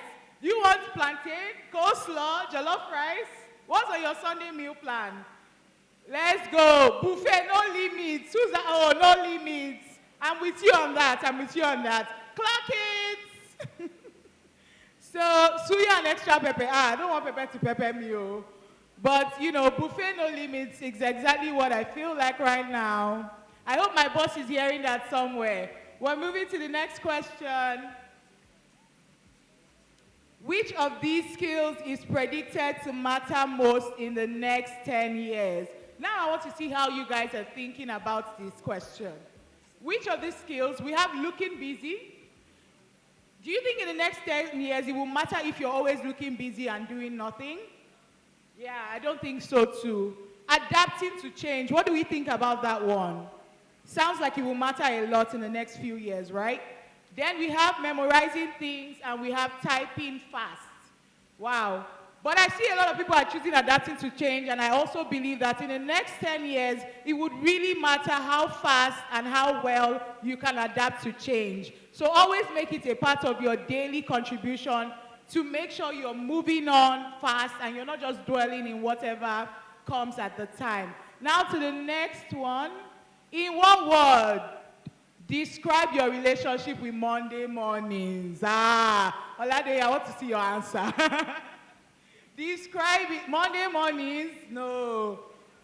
You see that cry? I'm already crying in advance for next week. But yeah, toxic? No, please, we should not be toxic. A little bit stressed, yes, but not toxic, please. We don't appreciate toxicity over here. God, I beg. I'm begging God to help me on Monday like this. Right? But yeah, Chim, I like that one. Chim is so accurate. I love it. I want to sleep. Love of your life. I want to know that person. Who is in love with Monday here? Like Monday morning, not just any Monday. The morning of the Monday. You are in love with it. That's beautiful. That's very beautiful. Heartbreak. Wow. The patient is responding. Okay, on to the next. What is the one way most people actually find jobs? Job boards like Jobberman. Everybody clock it. I cannot see your hand. Clock it. Umuna, clock it. Jobbers like Jobberman, their network. Okay, Nepo ways. Who's a Nepo baby in the house? Nepo baby in the house. All right. Me, I'm going with Jobbers by Jobberman because that is why we are all here today. We're moving to the next. And this might be the final one. My people are already telling me to come down. They say people are enjoying too much. They say you're enjoying too much. So after this, I will be getting away from your stage. So which one of these is a real job that exists today? Professional cuddler. Which one is that one, my people? Professional cuddler, all of the above. Sleep consultant, that's the one I want to do. So I can be sleeping as the person I'm consulting is sleeping too. TikTok trend forecaster. Okay. A lot of TikTok people, Should we do one more before I go? You see? So we're going to do one more before I go. Now, is everybody ready? Let's go. What's one skill you would want AI to build for you right now? Yeah, let's hear it. What's one skill you want? Good ghostwriting. That's very interesting. Coding, yeah. And AI can do that for you. Cyber security. How to print money. You are speaking my language. You are speaking my language. Data analysis, video editing. These are all beautiful, beautiful, beautiful skills that you're expecting AI to do for you. And let me just let you know that with the right skill, with the right coding, you can get AI to do that for you. Thank you so much for having me on stage, everybody. Looking forward to meet with you again. Bye for now. Thank you so much, Olive. You can do better with that applause. You had a great time, so please give her her flowers. Thank you so much, Olive. That was a very beautiful and engaging one. Okay, so right about now, I know some of us came here with the purpose to get more clarity, and that has been going on good and fine. But now the one-on-one career counseling session is happening upstairs. Earlier we mentioned if you wanted to go there, you could reach out to any of the protocol members, or if you are too shy to ask, you can make your way outside. To the left and right, there's a staircase on each side.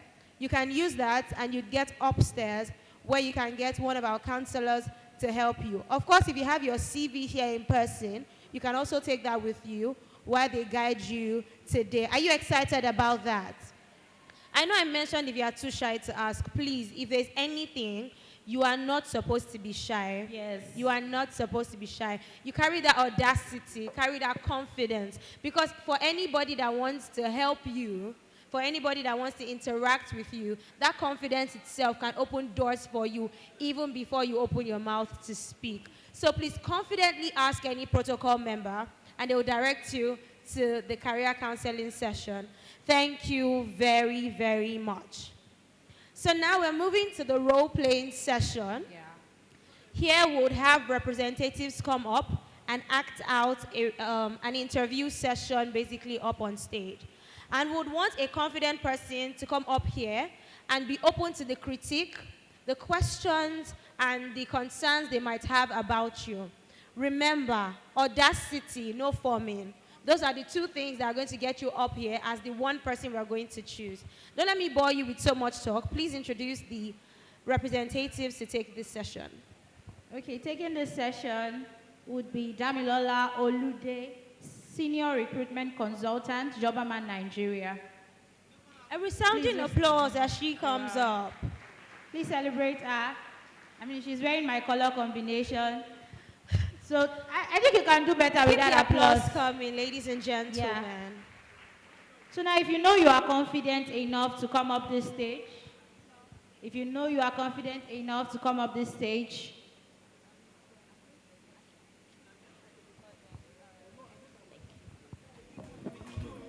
Thank you so much. Thank you so much. Okay, I'll just stand here so everyone can see me. Good afternoon, everyone. My name is Damilola Olude, and as mentioned, I'm a senior recruitment consultant with Jobberman, Nigeria. And my colleagues have said really amazing things that we do at Jobberman. And one major thing, my purpose here today is to review this CV that we have right here, and also have a role play interview. But for me, I wouldn't term it as a role play session. Basically, I want you to know what really goes on in the minds of recruiters.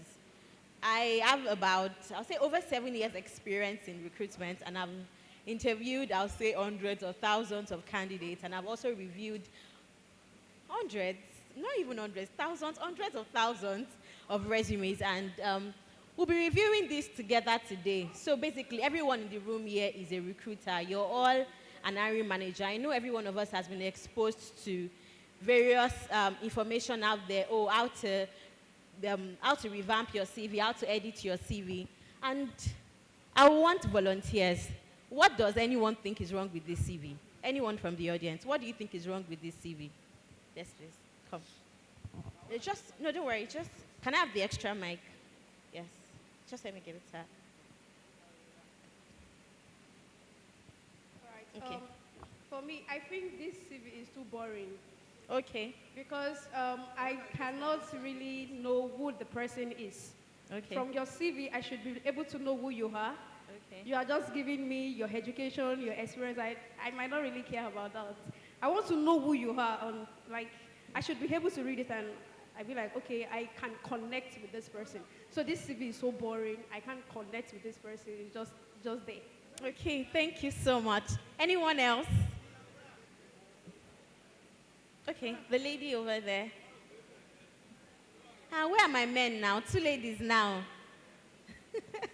Thank you very much. I'd like to see the second yes. Okay. Okay, this person as account officer, daily reconciliation of sales, whatever, on that CV, but you have not told us what you achieved in that role. You just told us, okay, as an account officer, you're supposed to daily reconcile this, daily do that, weekly do this. What did you in particular achieve in that role? So this CV does not have that. Okay, thank you so much. That was such an amazing insight. So to not take too much of our time, so I would also like to ask, how many of us here have applied for jobs and did not get a feedback? Okay.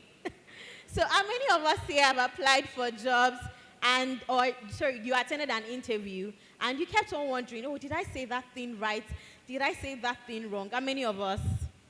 Okay, so today we're having a complete package. So to begin, okay,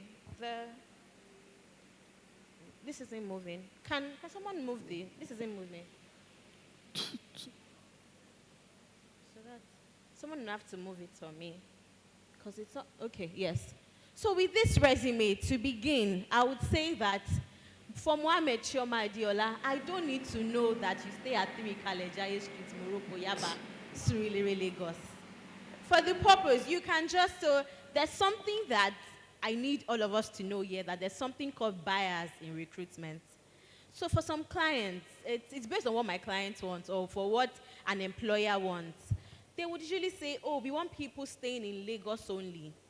So if you've said, or maybe they say, oh, we want people staying in Akure only, sometimes you subjected yourself to bias by this. So even before, so maybe, for instance, you're open to moving to Lagos, even though you stay in Akure at the moment. Once I see your resume and I see Akure, I take you off my list immediately. So try to eliminate bias. You can take off your address and maybe if you know that the job you're interviewing or the job you're submitting your CV for is in Lagos. I would have used Akure, but I'm not so familiar with, my apologies, I'm not so familiar with the state. So, but for example, let me give Lagos. Some clients would say, oh, or some employers will say, we want people living within a certain vicinity. So you can just put the state and then the country. So maybe Lagos, Nigeria is fine. I don't need your full address. I love the fact that this person has 2 phone numbers, which means that we know how network issues can occur in the country. So if I can't reach you on one, I can reach you on the other. Then this email address, we need a professional email address. I don't want to see yinkiben33@gmail.com.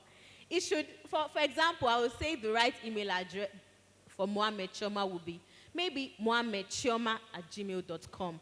Or Mohammed, if maybe Mohammed Chioma is too long, Mohammed Adiola@gmail.com. Some of you will say, oh, but I've been using this Gmail since I was in secondary school or since I was in university. You can create an email address. That's even better for you. You can create an email address that's just targeted for your professional or for your professional career, just that anybody can reach you. So even know that any mail that comes into that, mailbox is a professional mail and you need to attend to. Also, for career objective, this should be changed to professional summary. This paragraph says nothing. This paragraph says not to find a challenging career opportunity. I really don't care about that. And one thing is recruiters spend about 10 to 20 seconds. Oh, okay. Let me take this. Thank you. So recruiters spend about 10 to 20 seconds when reviewing your CV. I don't have a minute to figure out what you can do or what you can't do. But you need to highlight this. And like the lady rightly mentioned, so this person has done various certifications. Looking at this CV, I can see that, oh, this person is an accountant or is looking for opportunities in accounting. The education should be separated from your certifications. So his education here, for example, is the BSc Business Administration, HND, National Diploma. For you to have an ordinary national diploma, I know you've gone to primary school. I know you've gone to secondary school. You can kindly please take that out. Because the relevant, you would see that even in the job description, it's only there as maybe BSc or HND or OND. For you to get into a tertiary institution, I know these two things have been done. So you can take this out. But I understand that this person wanted to list their certifications, and that's why they listed this. This should have a different segment apart from this. For entry level, I would say because you do not have so much experience, you can put your education before your work experience. But for experienced individuals, I would always say highlight your experience, and like our keynote speaker mentioned, your transferable skills, and like the other lady also mentioned, your achievements on your roles. Moving on to the next,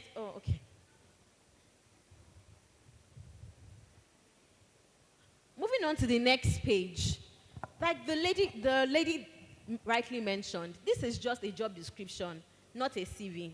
You've listed, daily reconciliation. I can actually get a JD from this because all what you did here was just copy the job description of your current role and you pasted it here. I can't see what you've achieved. Okay, so for this person, for example, at Atamat Ventures, where they were the account officer, daily reconciliation of sales and revenue. So how did that impact the business? What did you do? Was it, okay, I know that you did this, but how did your input achieve the company's goals? We know that at the beginning of the year, most organizations who have performance, they would plan their goals and objectives for the year. So how does your role align with that?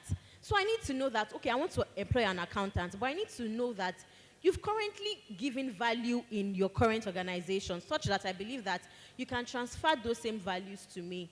And so the entrepreneurship experience, extracurricular, this can just be put as volunteering segment. And for the skills, computer skills, my apologies, but who still says computer skills in this day and age? You can just say technical, so we know there are two types of skills, soft skills and technical skills. So you can highlight this, and key self-management, planning, taking responsibilities. And Jobberman has made it easier. We have an AI career help for you. You can just put in this CV and this revamp can be done. And also, lastly, your date of birth has no place on your resume. Like I mentioned, there are certain biases in the minds of clients, in the minds of employers, in the minds of recruiters. You want to ensure that your CV gets you into the room and not just takes you off the list immediately. Your date of birth, I'm saying it again, your date of birth has no, I don't even want to know the day. I don't want to know the month. I don't want to know the year. Your date of birth has no place on your resume. Kindly take it out. So I'll be moving on to the, I'll just be moving on to the role play. Also, sex. I sincerely don't believe sex should also be on your resume. it's a personal bias for me. So there are some roles, I would say it now. There are some roles that I've had, so at Jobberman, we provide recruitment services to some of our clients. I've had clients join an intro call and they say, oh, I want a female candidate or I want a male candidate for this role. And eventually, I probably speak to, maybe, for instance, maybe a client wants a female candidate for the role. And I interview a male candidate without knowing, oh, I see the CV. I find the CV very engaging, though this person has done a lot in their current organization. And I invite them for an interview, and maybe upon joining the intro call, I find out that they are a man, even though the client has wanted a woman.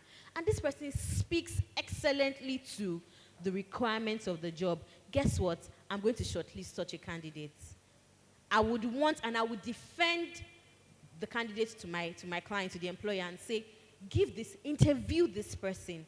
I believe that, except they are trying to, there's something called diversity and inclusion, except that's what they are trying to do. Maybe if it was just a personal bias, trust me, if you provide and you show value, the client would let go of the gender bias and bring you on the team. So I would say that you should also take out the male. And for your language, except it's specifically stated in the job description that, oh, we need you to speak a certain language, you can also take that out. Take out any irrelevant information out of your CV.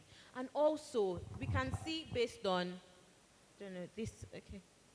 yes. So we can see based on this, that these templates, these formats, I wouldn't, if I open this resume, even though this person has a certification, I'll probably skip this candidate. I will skip this candidate. Because the presentation, we've seen the samples in the slides that were shown earlier. We've seen the sample CVs that were shown earlier. Compared to this, I would have shown something different if probably my laptop was here, of what an ideal template should look like. But of course, you can go on Jobberman's website and get this done. So now, moving on.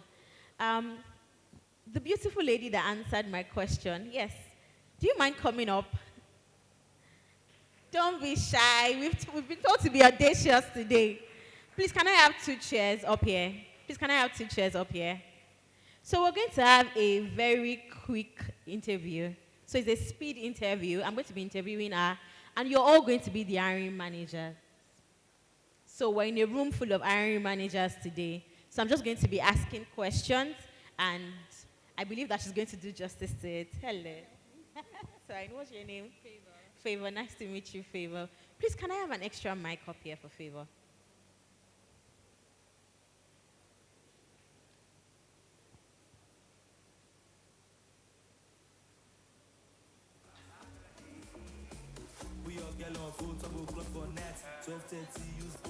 Yes, true.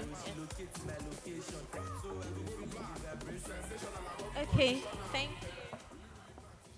Okay, thank you very much. So today I have Favor. Favor, what do you currently do?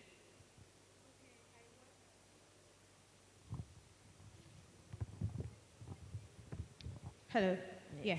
Good afternoon. Good afternoon, Favor. I work as an HR assistant at a non-governmental organization, and I sell perfumes. Okay, that's good.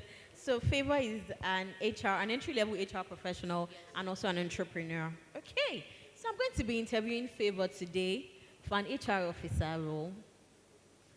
Okay. Yes, and I'm having the HR interview. You're the hiring manager, so that means Favor is going to report directly to you. So if Favor comes on board and does not deliver, it's your fault, though. It's not Favor's fault, because I'm asking Favor questions, and I will need you to be the judge if we're going to hire Favor as an HR officer or not. I hope that's fine. Are we all on board, please? Okay. So, hello, Favor. My name is Damilola, and I'll be interviewing you today for the role of HR officer. Thank you for making the time to join me on the call today. Thank you. You're welcome. So, in a few minutes, Favor, could you please tell me about yourself? Okay, I am Favor Oladunjoye. I studied literature in English from Obafemi Awolowo University, and I graduated in the year 2023, and since then I've been able to volunteer in different roles, take up different roles. At a point, I worked as a radio host at Orange FM, where I was able to connect people to what really happens outside work. I mean, that they are not in tune with, letting them know what is happening. And also, most importantly, I anchor different entertainment programs. So I did majorly entertainment programs before I was, I was not really, okay, let me calm down. I took a project management course through Junior Achievement Nigeria on Coursera, and I was able to transfer the skills that I learned taking that course into the HR. I did not really take any HR course, but I was able to transfer my skills that I learned during project management to human resource. Okay. Thank you. So, I need a mic in the audience, please. Can someone rate Favor's response? I need someone to please rate Favor's response. Do you think Favor has told me about herself? That's related to the HR. The lady in front here. Can I have a mic, please? Is there a third mic? Okay, so relating to the HR officer role, which Favor is interviewing for, do you think Favor has told me about herself? No, you don't. You are not the judge on this one. She has not actually told us about herself. Okay, so why? Tell me. Okay. She will have said, my name is Sumono Indamulala Jumoke. I'm a AI. She will have said, my name is Sumono Indamulala Jumoke. I'm an AI assistant, introducing herself, where she works, and detail about who she is. Just an highlight, because you further ask further questions from her. Thank you. Okay, thank you so much. There's another lady at the back that raised her hand. Please, can we give her the mic? Yes, the one with the pen.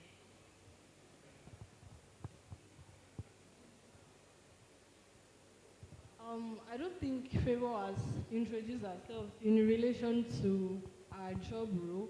I understand that she did not prepare for this, and she actually tried. She did well. I mean, the stage is big enough for her to be nervous, so she did well at least. But there is a method I learned while you are introducing yourself. I was told that it is important that you tell the interviewer what you've done, what you are doing, and what you hope to do. And I believe that before you apply for that role, you should have read the job description. You should have made your research about the company. And from there, you could have highlighted their need. And in introducing yourself, you present yourself as the problem solver for what you think they need. Okay. In short. Thank you so much for that input. So like she rightly said, Favor, to begin with, I would say that for every interview that you go into, believe you have the job. Not the incentive. And they came to me, hello HR, you said we're going to receive this incentive and we did not receive that. I had to go to my lead. This happened, how do we resolve it? Then she asked me to, okay, apologize to these team members and let them know that in their next pay, June, they would receive that incentive. I was able to, apologize, feel for them that, oh, sorry about this, but this is what we're going to do. Okay, and was it done? Yes, I hope that it will be added to the agenda. Okay, that's well noted. We can see that, yes, she used the STAR approach. That's the situation. She mentioned the situation, the task, the action she took. And even though we don't have the results yet, we're going to... Okay. So even though we don't have the results yet, she has said enough that we're going to have the results. So when you're told to give an example, I personally, for even every question that you ask me, I have to let you know that I have lived the life. I have walked the talk. So I always back it up with examples. Like I said, storytelling is key in your interview. Storytelling is key. And what she just did was tell me a story. So even if I can't remember Favor's name, when I'm probably rating her against other candidates, I can say, oh, I remember that lady that our office was supposed to pay their employees the money but did not. Yes, I want to see that lady. So you can see that by storytelling, she has etched herself in my memory, and that is what you should all strive to do in your interviews. Thank you so much, Favor, for your time. I appreciate it. Thank you. So you can have your seats. Thank you, Favor. very Please much. just have a round Thank of you, applause for everybody. Favor. Thank you. Okay, so to take up the next question, there was a lady that gave me the first answer. She had the yellow shoe. So yes, please come up. She had the yellow dress. Yes, please let's give her a round of applause as she comes to the hot seat.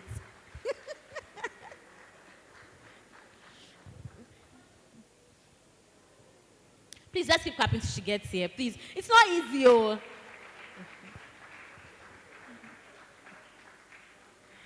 Okay, yes, you can have your seat. Good afternoon. Good afternoon. So we've just talked about confidence here. I'm not seeing it. I need you to own the room. Okay. I need you to own the room. What's your name? Surprise. Surprise me now. Okay, Surprise. Thank you so much for making the time to join me on the call today. What do you currently do, Surprise? AI automation. Huh? AI automation. Yes. Okay. So now we're interviewing for an AI specialist role. Is that fine? Yes. Okay. So how many years of experience do you have, Surprise? 2 years. 2 years. Yes. As an AI automation specialist. Yes, ma'am. Okay. Aha, nice. Okay, Surprise. Like I mentioned, thank you once again for joining me on the call today. Today we'll be interviewing you for the role of the AI specialist at Jobberman, Nigeria. Can you briefly tell me about yourself? All right. I'm Surprise. And I'm currently a student of Federal University of Technology, Akure, studying ecotourism and wildlife management. Studying ecotourism and wildlife management. And my field of work is actually flexible. My field of study, rather, it's flexible, and I kind of feel that, okay, what else can I learn as digital skills? So I picked it up. At first, I was making it based on tourism, ecotourism, so I was learning it alongside my study. And of course, I'm just learning it, and it has been a great journey so far. Okay. Do we think Surprise passed this? No. No, can I? Hiring managers, will you hire Surprise? Hiring managers, will you hire Surprise? Okay. You would hire Surprise, ma. Please, can I have the mic for her? Yes, our keynote speaker will hire Surprise. Yes, please. So that's a yes. Okay. The only thing I'd have loved to see differently was the body language, her pace, and her tone. She appeared anxious while she was speaking. She was almost running out of breath at some point, but she caught herself, and then she was able to communicate that clearly. So yes, I would say the starting point a little bit shaky, but I'm interested in hearing what she plans to do next. So I love that she spinned it at some point and made it more interesting. Someone said we don't do boring here. And so for a hiring manager, we don't do boring here. I'd love to hear, she spinned it at some point, but just watch your body language. Open up, relax, you're looking tense, breathe, and we'll have a fantastic conversation. Okay. Please continue with the interview. Thank you. Thank you so much, ma'am. Thank you for that input. So, just to ask, are you currently studying wildlife and ecotourism management? Yes. Nice to meet you, Surprise. So we can see here that, like I mentioned, there is always a bias in the mind of your interviewer. So maybe, for example, Surprise had, before the interview, when she got the invite, Surprise has done a quick LinkedIn search and saw that, oh, my interviewer studied wildlife and ecotourism management. As long as she meets other requirements, I kid you not, Surprise is on her way to become an AI specialist at Jobberman, Nigeria, because of that bias. Even though as HR professionals, we are being told to leave out bias. But I kid you not, there's a way bias still plays in the mind. Because I'm able to see that Surprise has not limited herself to just her course of study. She has found a way to say, okay, I'm not seeing anything ecotourism, I'm not seeing anything wildlife. I need to switch. And she has been able to bring those transferable skills into our role currently as an AI specialist. But I would also say, like I told Favor, that you did not speak to the role of an HR specialist at Jobberman. Like I said, you have to merge what you've done. So you told me what you're currently doing, but you did not showcase to me where you want to be. So I understand that, of course, this is the odd seat. I just called you. You had no time to prepare. But I kid you not, I've had intro calls with people that I'm just calling them. And I'm saying, hello, my name is Damilola. I'm calling from Jobberman, Nigeria. I received your resume for this role. Can you please briefly walk me through your professional journey? They had no room to prepare for that.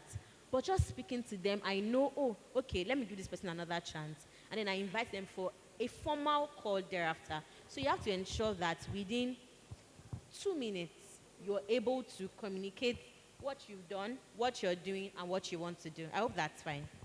Okay. So I'm going to be asking you, surprise, what are your salary expectations? Oh, okay. In a month? Yes. Like $500 upward. Like $500. Did Surprise answer that question? Hiring managers who hire Surprise, oh. Hiring managers, did Surprise answer that question well? Who said no? Hiring managers, I'm not getting any response. Did Surprise answer that question well? They didn't hear. Okay, let's do that again. Okay, Surprise, what are your salary expectations?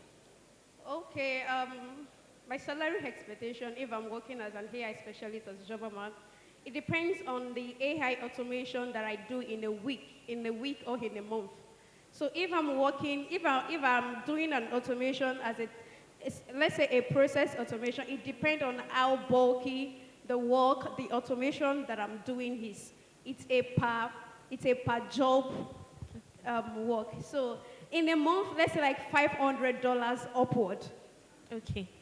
Okay, so do we think Surprise answered that question well? Who said no? Who said yes? You said no. Is it no? Please, can I give him the mic? Just very briefly. We have less than 5 minutes.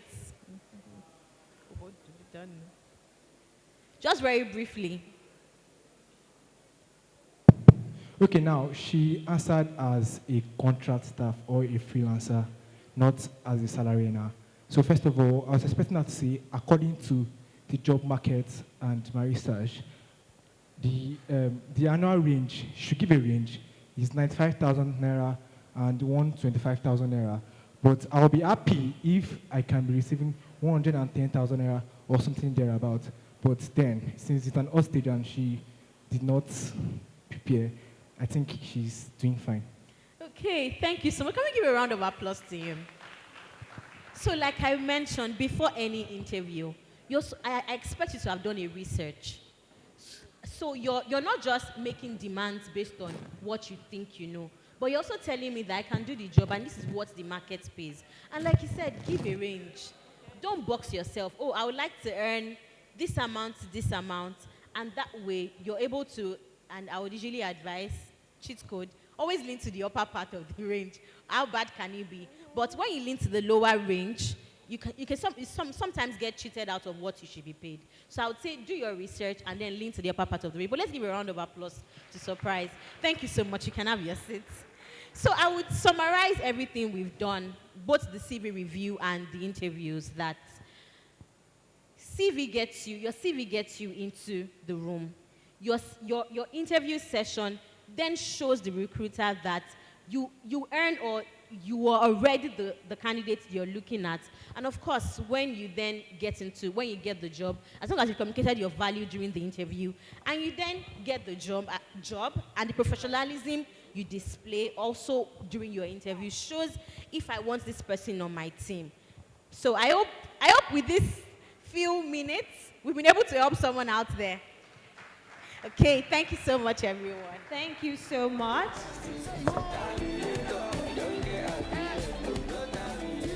Thank you. Please give her a round of applause while she even takes her seat.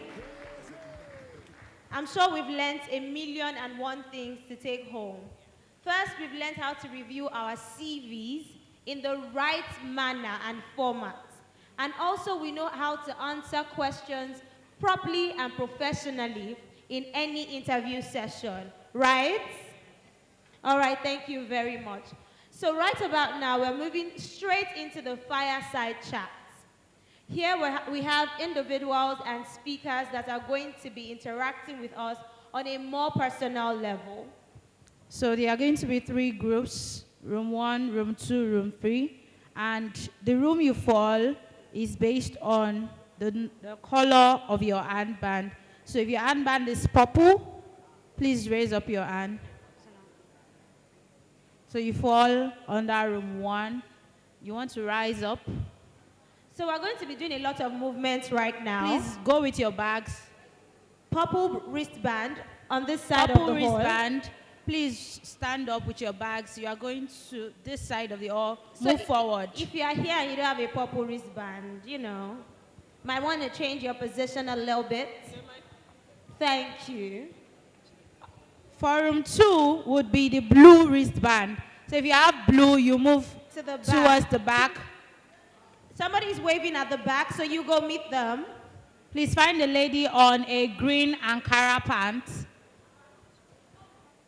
If you are on purple, move to the this front. Way. Blue to the back. If you are on blue, move to the back. Blue to the back. All right. So if you have white wristband, I want to believe you are the only one seated outside there or the back. So there's another hall outside this particular one, and a protocol member would be helping you towards that hall. So if you're on white wristband, you can stand up now. Can I have a protocol member wave? All right, look at the man in white and black shirts or outfits, yes. He's waving. So please, if you have a white wristband, follow through with him. Thank you very much. Let's do that as white. Please go through that door. Purple to this side. Blue to the other end. White, please follow the man with the white and black outfit. So it's also important to note that the career counseling session is going on now. So you can actually go upstairs for it, then go back to join your group afterwards. So purple front, blue to the back, and white, they are going outside of the hall. They are going through the back door. So please follow if you are carrying a white bag or your wristband is white. All right, so this particular session is just 1 hour. And for the fireside chat purple code, we have from learning to earning, building practical career skills in a fast-changing world. And Damilola is going to be taking this particular one. Damilola is going to be our speaker on this particular one, while we have Aisha moderate this particular chat. So please, can Aisha move over here, while Damilola also is there with them to thank you. So Damilola and Aisha would be handling the purple room. Then for room 2, we have the speaker, Kingsley Inyang, CEO, Deluxe Vogue Inc. And the moderator is myself, Adewoye Adebukola. Right. And then for room 3. For room 3, I'll be handling that. I guess my audience are no longer in the room. But we're talking about the digital you. Navigating AI, automation, and tech tools for career growth. And I'd have Peace Solomon. So to our online audience, I'm sure you also have a particular fireside chat that you'd want to be a part of. So please pay attention to the instructions on the screen while that is also happening. Thank you very much. Please feel free to use the chat box or the comment section for any contribution, concerns, or question that you might have. And we'll be sure to follow up with that. So in the next 1 hour, we'll come back here. We would remain at our spots after the fire chat session. Thank you. So we have e-learning platforms like YouTube, we learn from Udemy, we learn from Coursera, and so on and so forth. But still, we are not able to turn all these skills into income. We hear students saying things like, I don't learn this, and I've learned that, but still it hasn't turned into money for me. It hasn't turned into a career path for me. And these are the things that we'll be discussing today with our speaker. And we have our own session here. She's quite a prolific person. Okay, I'm going to. I'm sure you've seen her on stage before, but I'll still try to give a little citation about who she is. So Damilola Olude is a talent acquisition and workforce strategy professional with extensive experience helping organizations attract, assess, and retain high-performing talent across diverse industries. As a senior recruitment consultant at Jobberman Nigeria, she partners with local and international organizations to solve complex hiring challenges, build sustainable talent pipelines, and drive business growth through strategic workforce solutions. She holds globally recognized HR certifications, including the Senior Professional in Human Resources International, SPHRI, and Associate Professional in Human Resources International, APHRI, from HRCI, USA. Beyond her professional work, she is passionate about leadership development, personal branding, career advancement,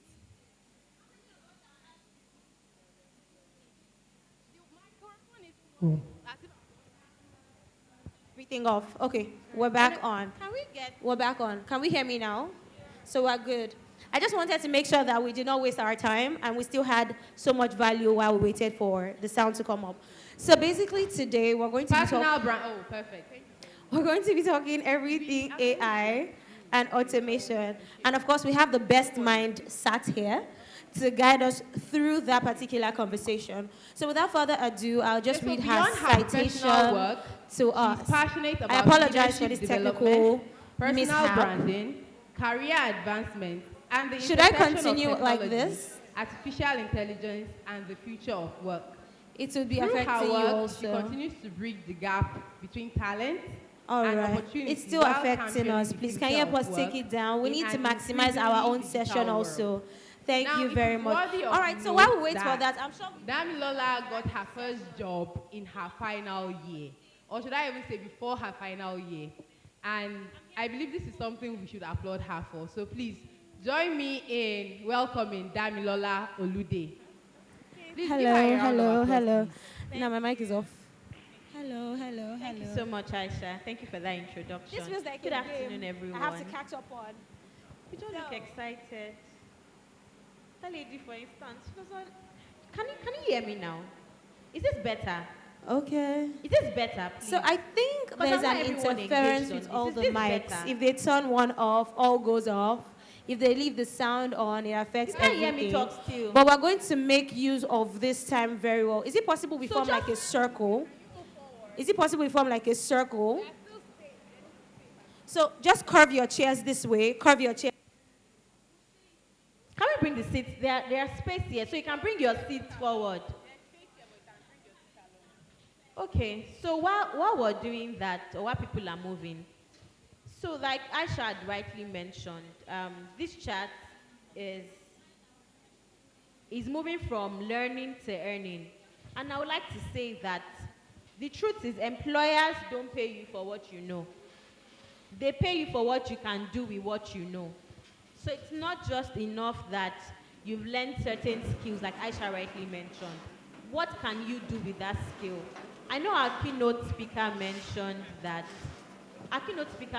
earlier that, oh, she knew she wanted to transition into the HR industry, and she learned that, got the certification, but there's a way she would have translated those certifications into, and as well as a transferable skills from her previous experience to show the hiring managers or the employers that they're able to give, or she's able to give value in whatever position she's interviewing for. And we can see today she's an HR manager, or I would say a senior HR manager to that effect. Like Aisha mentioned, we all glory to God. I got my job, my course was a 5-year course, and I got my job during my 400 level, during the final semester of my 400 level. And how did this happen? There was a career fair in UI. I attended University of Ibadan. There was a career fair. I printed out my resume and I went into the career fair. Networked. So sometimes when people say, oh, networking, I know sometimes it feels overflogged, but networking is really where it is at. I went around from booth to booth, spoke to various hiring managers, introduced myself. But there's a particular booth I went into, which was the Human Capital Partners booth. I'd read about all the companies. I'd read about all the companies that were showcasing during the career fair. And then I walked into this booth. I was told to introduce myself. Oh, where's your CV? I had my CV printed out. And then I gave him the CV. And then my partner asked, so the leadership position, someone is being termed as partner. So when I say partner, that's more like the executive director. So when I say partner, so you understand. So my partner asked and said, oh, why is your CV 2 pages? And what I responded to was, why not? Like, you have asked me, why is my CV 2 pages? I asked, why not? Because, yes, and also when we say audacity, confidence, I said earlier, it's really not something you have to toy with. It's something you have to take serious. Because that pushing back, asking him why not, because somebody else would have said, oh, I didn't know, oh, whatever, whatever. I asked him why not, because everything I listed on that CV were things I did during my practical year.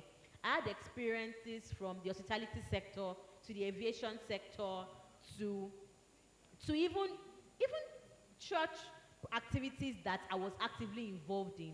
I made sure to structure it, to showcase that I have transferable skills into any role, because of course I didn't know what I wanted to do then.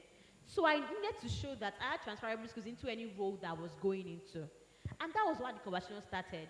I was then interviewed further, asked certain questions, which I answered, and he told me, okay, if you finish school with a 2-1 or a first class, you have a job waiting for you. And what I did was keep tabs. I kept engaging him. I got his contact. I would send monthly messages, just check in, call him once in a while to ensure, tell him that, oh, I'm still interested in the opportunity. And NYSC came, got so good, I got posted to Lagos, and I got to work with the consulting firm. And that was where I started my experience from. So the first thing I did was I was prepared. I did my research. I didn't just have all those skills. I didn't just have all those certifications. Or I didn't just do courses on. I know now we have Coursera, we have Udemy, we have a lot of learning platforms. I was able to translate that, communicate my value, confidently communicate my value, and I also ensured to then keep the human relation. Like I mentioned, a lot of opportunities, I kid you not, are gotten with human relations. Even if you did not know the hiring manager or the employer before that engagement, how you engage them in that moment etches you into their brain, such that when they then think of an available opportunity, even if they don't have an opportunity at that instant, they're able to contact you or reach out to you or stay engaged with you should an opportunity or an available opening pop up. Thank you. Thank you so much for that, Damilola. So basically, I believe what we should be able to infer from what she has said so far is this: be audacious. They ask you something, have a point to prove. You know, I mean, why is your CV 2 pages? Why not? Then, okay, why not? Tell me why not. Then, you know, you explain, oh, I have these experiences and I feel I have to list them. And then again, take action. I think that is very, very important. We sometimes are crippled by our fears, but she decided to take action and, of course, keep tabs. So whatever you go for, go in all the way, go in all the way. That is very, very important. And my very first question to you is this, Damilola. A lot of young people or professionals nowadays, like we said already, are learning things online. There's an information overload out there. How should we be able to bridge the gap between our learning and transferring it into earning? Thank you. Thank you very much. A lot has been said today, and I'm going to just infer to those things that have been said. It's enough, anybody can take skills, but how do you translate these skills into core experience? Our keynote speaker mentioned earlier that volunteering, internship. My first job was, as at then when my mates some of my friends were already earning as high as 200,000 naira. Even though this job that I said I had before school, my pay alongside NYSC was paying us 33,000 then. My pay was 40,000 naira. I really wasn't bothered about the pay at that time because one, I knew what my goal was, and I knew that even though I had my BSc, I had this, I had that, I had these skills, I still needed industry experience. So I was willing to take up the opportunity that's presented itself. I'm not saying that you should then take up every and any opportunity. Of course, you have to be strategic, but please be willing to embrace. If you feel like, oh, maybe, for example, I've done a course in digital marketing, and then an opportunity arises in maybe my friend's organization, or maybe my church, or maybe my mosque, and you believe that those skills you've gathered, or those skills you've learned about, can be useful in that opportunity, please volunteer for it. Please volunteer for it. Intern. I know that I understand the economic realities of the country. I would not count that out. I understand that everybody wants to earn, everybody wants to be able to take care of themselves or provide for their families. But there's a place that the experience you gather at the entry level enables you to earn higher in the long run. If you're able to get those opportunities now, it serves as a baseline for you.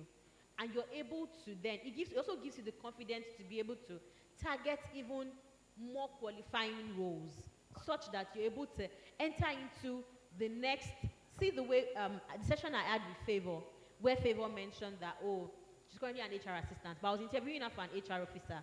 So let's say Favor has also done an HR certification and has done an HR assistant role. She's able to then communicate her value.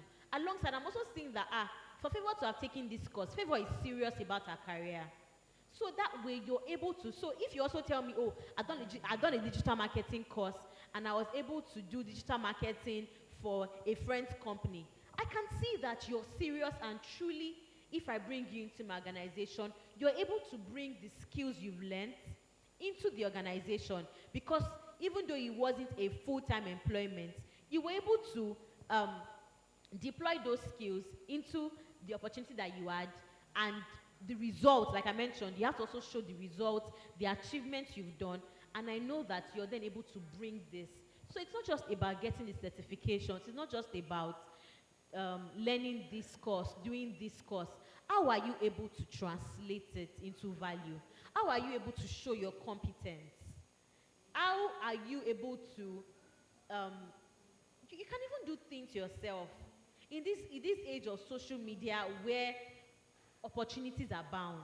So let's say I'm doing, okay, for example, I'm currently doing a project management course.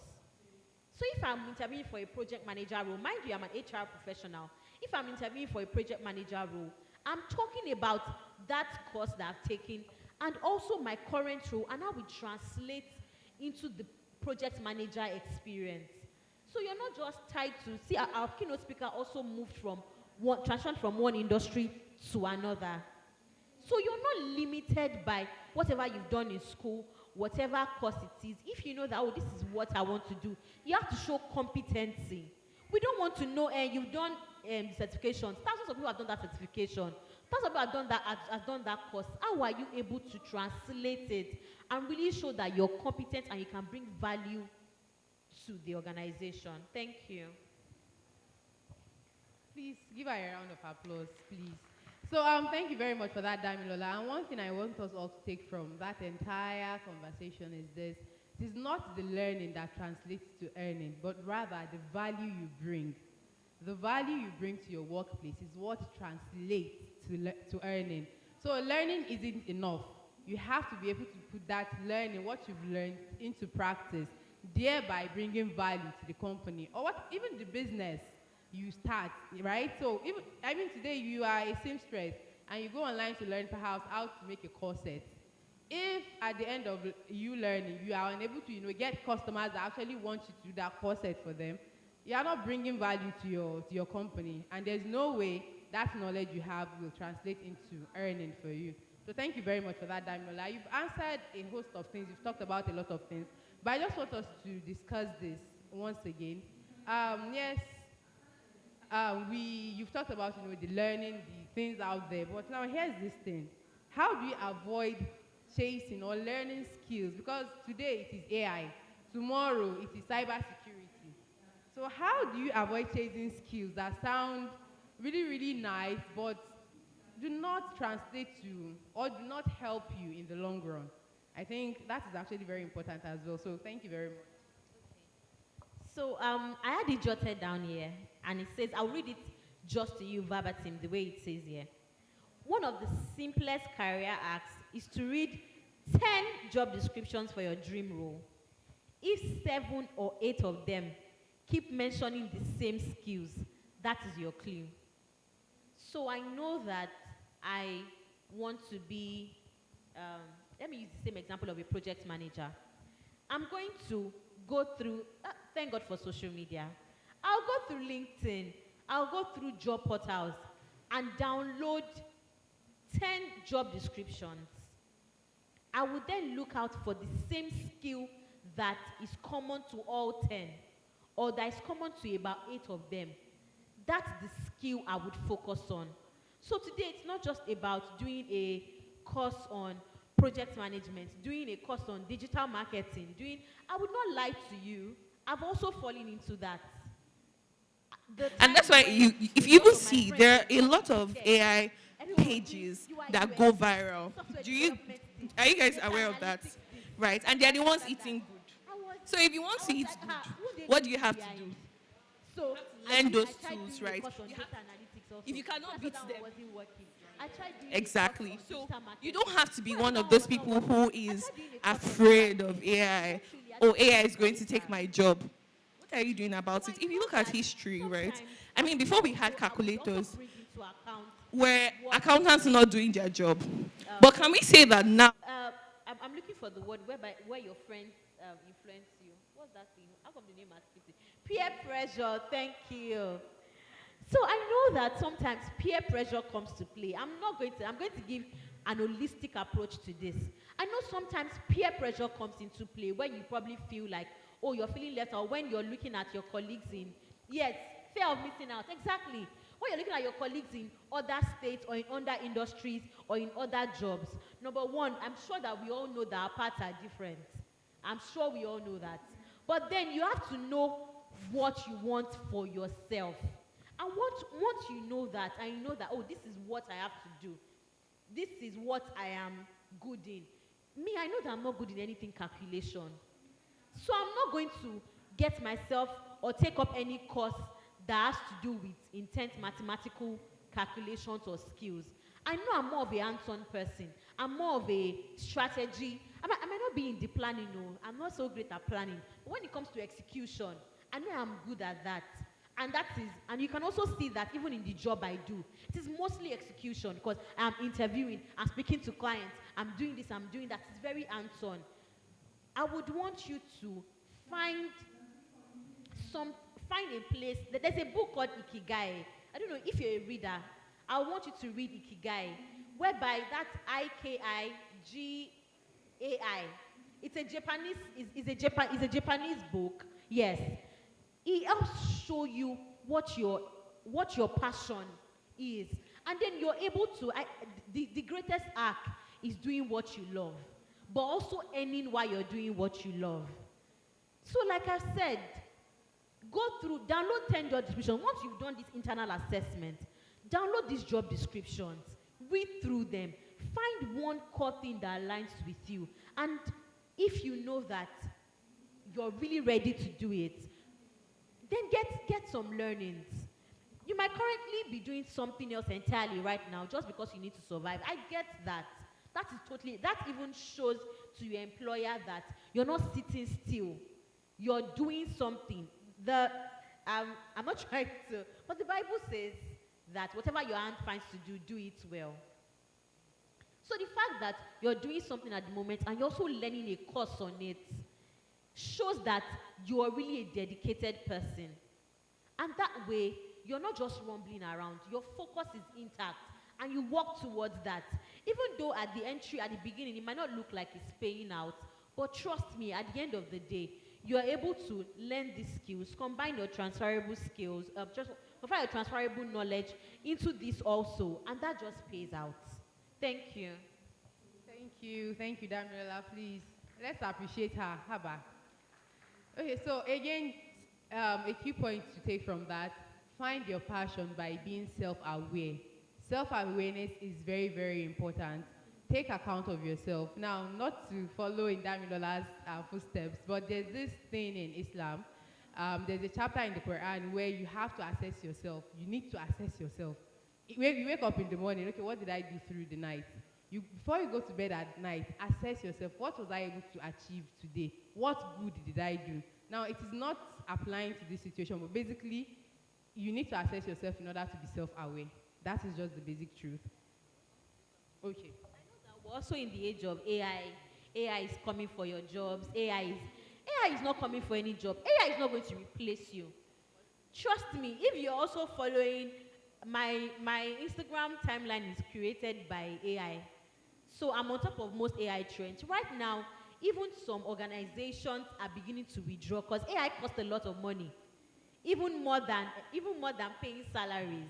Someone just blew a $500,000 on AI tokens. Meanwhile, the people that perform that role don't even end up to that.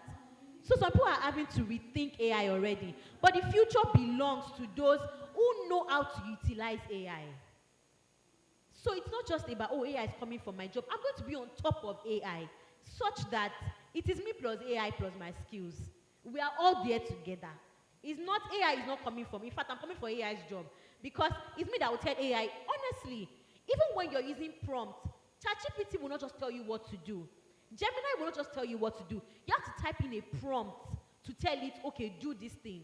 So the future belongs to those people that can type the prompt, use AI to achieve what the employers want.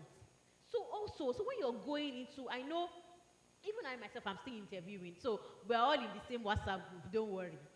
So even when you're meeting your next employer, you're going into your next interview, you're going with that information, your skills, learn AI, use it as much as possible. Go through the various AI bots that we have. From Chat, right now on my laptop, I have Claude open, I have Gemini open, I have ChatGPT open. I'm still planning to learn some more and find out how they affect my day-to-day job. So I want you to kindly do that. Thank you. Thank you so much. Thank you so much, Damilola. So basically, keep learning. Learning never stops, right? Aha, thank you very much. So on this note, you've talked about volunteering. You've talked about learning and so on and so forth. What is the effective way to build and demonstrate practical skills when you are still early in your career? Yes, I mean, you are early, you need to volunteer just to build the experience and all that. But then how do you demonstrate the skills, you've learned from all this volunteering, from doing all that? Thank you. Okay, thank you. Thank you very much. I hope everyone can see him. I know it's a lot of noise. Sorry. I know it's a lot of noise right now. But I hope everyone can still hear me. Okay. So, like she said, and I'm still going to reiterate it again, volunteering, internship, you're freelancing. Some of you are freelancers here. Over the past 3 weeks, I've interviewed a lot of freelance graphic designers. There's a client currently that I'm working with that wants to hire a graphics designer. And he's saying, I don't care about their experience. I just want people that have done the job and are able to bring the skills. I don't care about their formal experience, let me put it that way. So, it's not bothered if you've worked in Ajale Coco Limited. He just wants to know, what have you done? And are you able to bring that skills to his company? So sometimes it's not just about, I don't have the experience. And I would like to say that, be audacious again. Now, I'm not saying that see a chief operating officer role and apply for it, even though you're a graphics designer. No. But I'm saying that you're a graphics designer, maybe with 2 years experience, and you're seeing an application with 5 years work experience, 4 years work experience. I beg of you, apply for them. Then communicate to me that even though I have 2 years experience, even though I have 3 years experience, I have done a lot more than even someone that has 5 years experience. I know some people, they will say, oh, they won't post NYC experience. Every interview I have been in, I have defended my NYC experience. Why? Because I started working, even though I was an intern, I was working in the capacity of an analyst. I was already, in my 3rd month, I was already having client meetings with CEOs of companies. Because one, I demonstrated my value to my partner, which I said is the MD at this point. So I demonstrated myself internally to my managing director, and he was able to have that same confidence in me. See, if you're not confident in yourself, nobody will be confident in you. So I'd shown that confidence, and that same confidence would make him take me to external meetings because he knows that, oh, I've shown it, I'll show it also. And every client had something good to say about me. Without fail, every single person. Your mouth, God has given it to you. Use your mouth for your own advantage. Defend yourself. Speak about what you've done. So even though you attended this, okay, let me say for example, you did going back to digital marketing, you did a digital marketing project for your friend's office. And, or maybe for even fun, you're freelance, let's use freelance now. You're freelancing and you did a digital marketing project for a client. Even though it was just one project, I liked your achievements. I liked what you did. No knowledge is lost. No volunteering is wasted. No internship is wasted. No freelancing is wasted. If I was able to provide value to my clients, I need to show anybody that is employing me that I can provide value for you too. I am not just talking. I have walked the talk. This is what I have done, and I'm confident that I can do it for you too. So that is majorly it, to be very honest. Oh, you've done this volunteering, you've done this internship, you've done this freelancing, even student leadership. I was the social director for my faculty.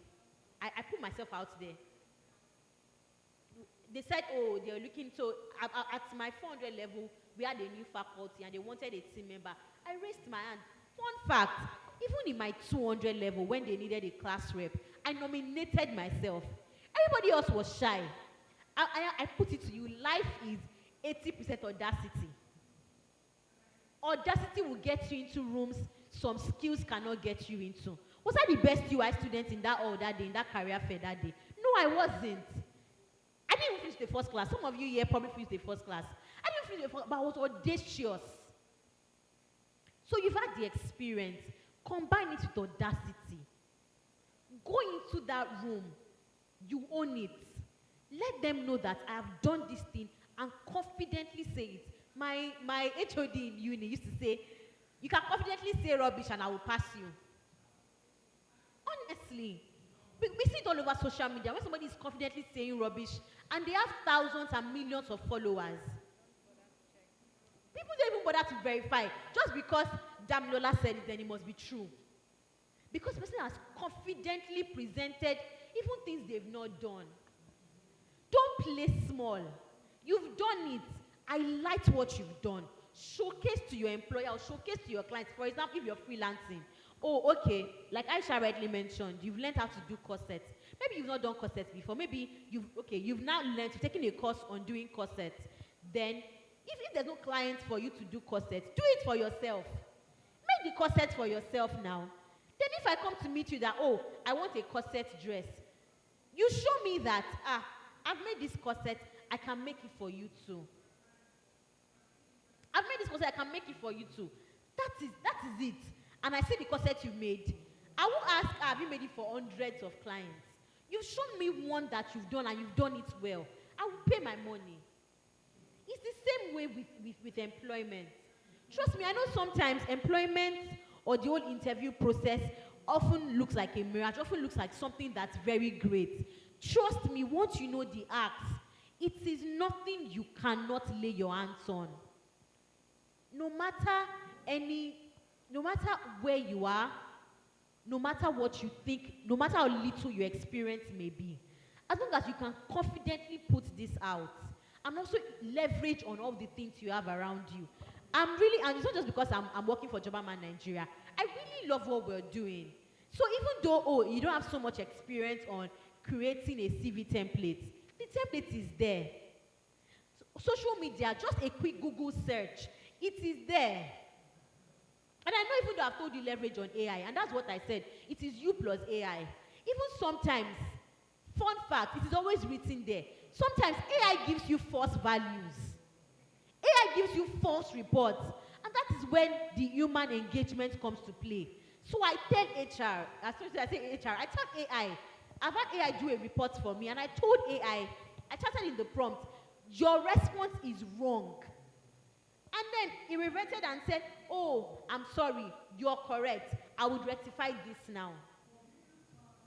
That is technology as we know it. But that still brings me to the fact that you've done this in response to Aisha's question. You've done this, you've done that, you have these skills, you can use these tools, you can use AI, you can do this. How then do you translate it? Okay, like the way I mentioned to Surprise. Surprise said, oh, she's an AI automation specialist. She's interviewing for an AI specialist in Jobberman.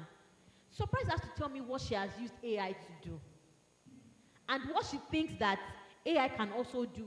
The person that did that AI career template was an AI specialist that we had to, that is employed under us. So Surprise then has to let me know how she has used AI and what she can also do for me. I hope that so it's not just your experience, the internship, your volunteering, student leadership.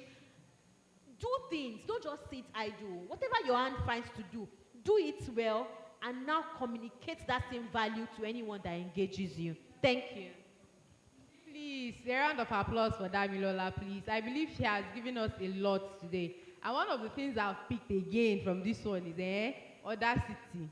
I mean, imagine a 400 level student saying, why not? And so on and so forth. And then another thing is, I believe she's someone who put herself entirely into whatever it is she's interested in. And that is the quality we also need to imbibe, right? What is worth doing is what? When I know answer, what is worth doing is what? Thank you very much. So, Damilola, I appreciate all you've been saying, but then again, how should professionals, because, I mean, learning is lifelong. Learning never stops. How should professionals approach lifelong learning without becoming overwhelmed? I mean, you are a powerhouse on that. It is you learning HR. It is you still working with AI. It is you doing this. It is you doing that. So please, I believe this is something, yes, it is not in the question, but it's something you can actually talk to us about and we'll learn from. Thank you. Okay, thank you very much. I know one of our questions during Mentimeter answered that, and I'm sure most of us answered that, which says that what skill would be relevant in the future? And everyone said that being adaptable to change. Life, like we all know it, changed during COVID. Can everybody agree to that?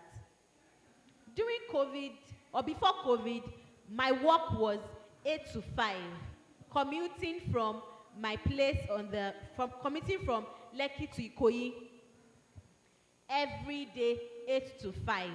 There were times I slept off in the bus. There were times that waking up in the morning felt like I was dragging a stone off the bed.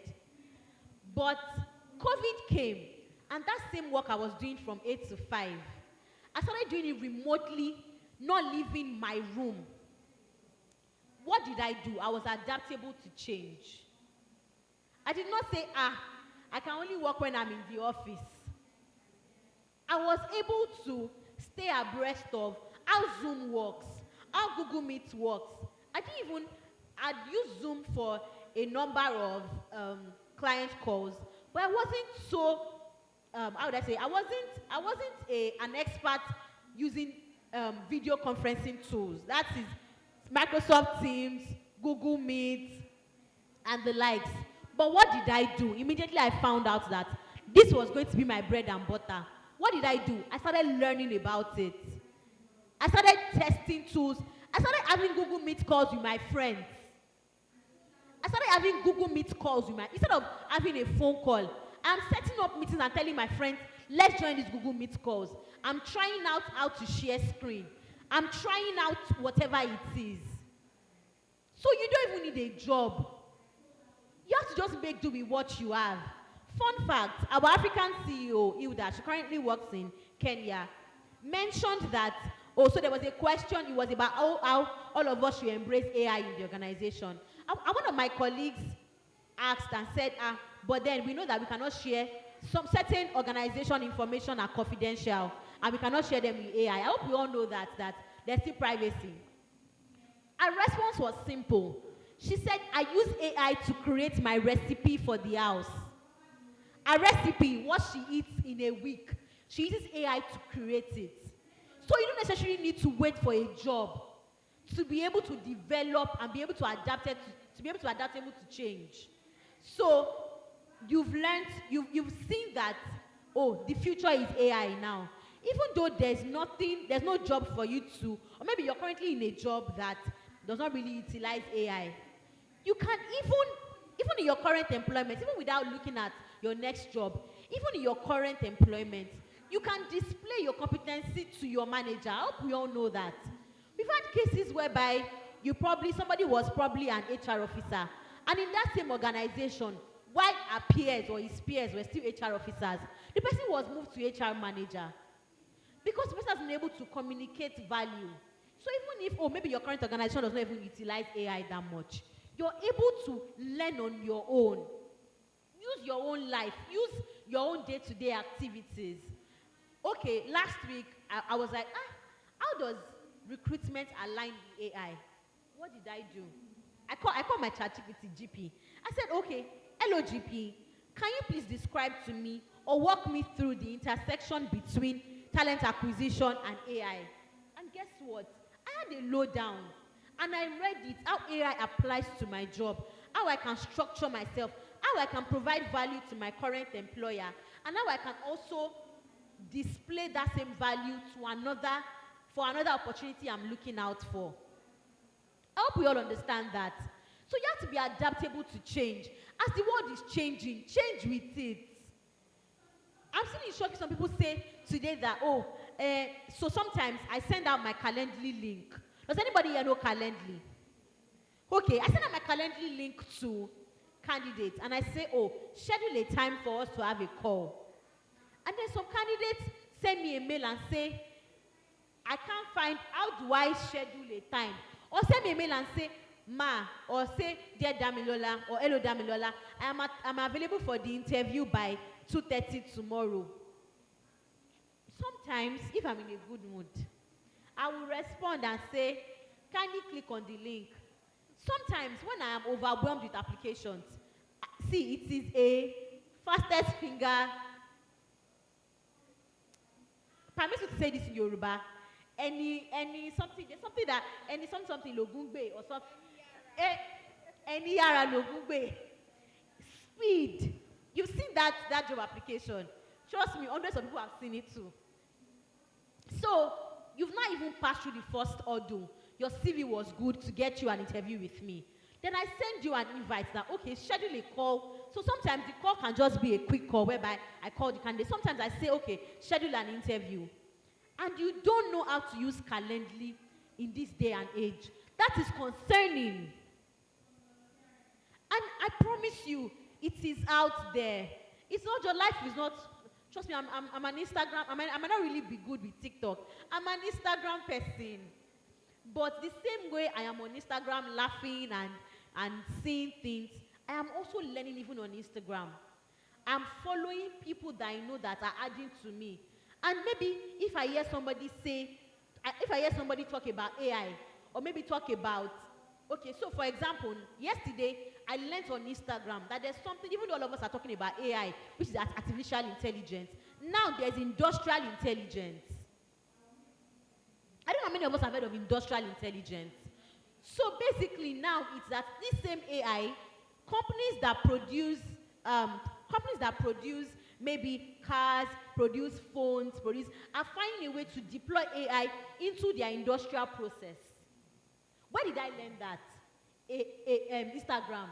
And then I took this back to Google, back to the same AI, the AI that wants to take my job. Is this, what do you tell me about this?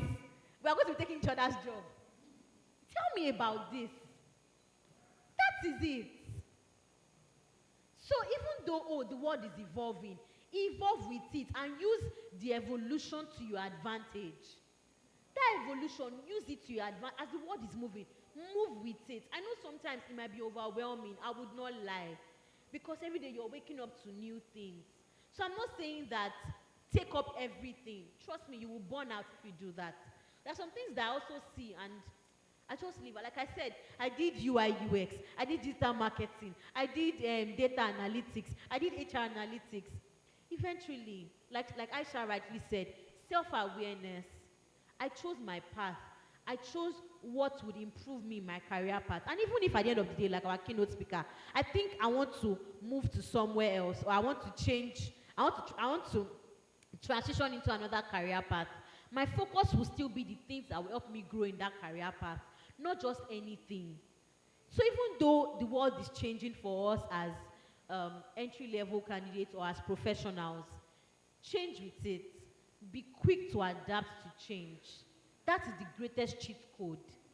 That is the greatest, not, if AI wants to take the job, let AI take the job. Me, I can do this calculation well. AI will really come and take your job. Because the report or the calculation that you would do for 10 hours, I used to do a report. Now, I'm speaking from like, I used to do a report that used to take me like 5 hours. I used to struggle, my manager is always complaining. Everybody on the team, some of my colleagues will even take 2 days to do that report. So imagine we've already interviewed candidates, but we need to send a report to the client. That report will take time. Now, that same report, in 30 minutes, we are done.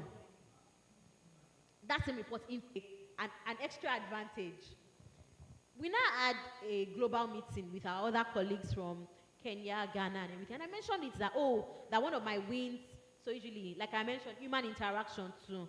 So I was sharing with him that, one of my wins is that I'm able to, AI has helped me to reduce my turnaround time for my reports.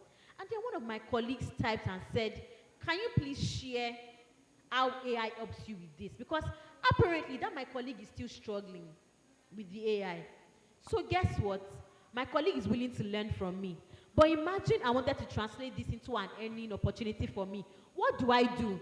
HR professionals that want to use AI to reduce their turnaround time or for the reports, pay for a class, 10,000 naira per person. And then guess what? 100 people register for the class. Guess who is chilling? Guess who is chilling on free money? Because did I pay for that AI class? Did I pay for that report? Maybe I paid for data. Maybe I paid for data. And time invested. Maybe I paid for that. But guess who's going to be earning cool money? By just doing a 1-hour session and just doing what I normally do every day. So as I'm saying that, it's not just, as I'm trying to give an holistic approach, that trust me, not all of us will do 9 to 5. And not all of us would thrive in 9 to 5. Not all of us would thrive in 9 to 5. But to ensure that you thrive and you succeed in life, in your career, being adaptable to that change, being adaptable to it, growing, and also now looking out for other opportunities to even grow as an individual. I hope that addresses it. Thank you. Thank you so much, Damilola. We keep thanking you because you keep dropping nuggets. I just have a little announcement. There are career counselors up there at this point or at this juncture. If you are interested, if you feel you are stuck in your career or you do not even know what you want to do, you are just doing this, doing that, learning this, learning that, please, you can just move up there to gain perhaps some clarity, God willing. Do we have anyone willing to go up? Anyways, let's just continue because I have one final question here for Damilola, or perhaps two, depending on what time permits.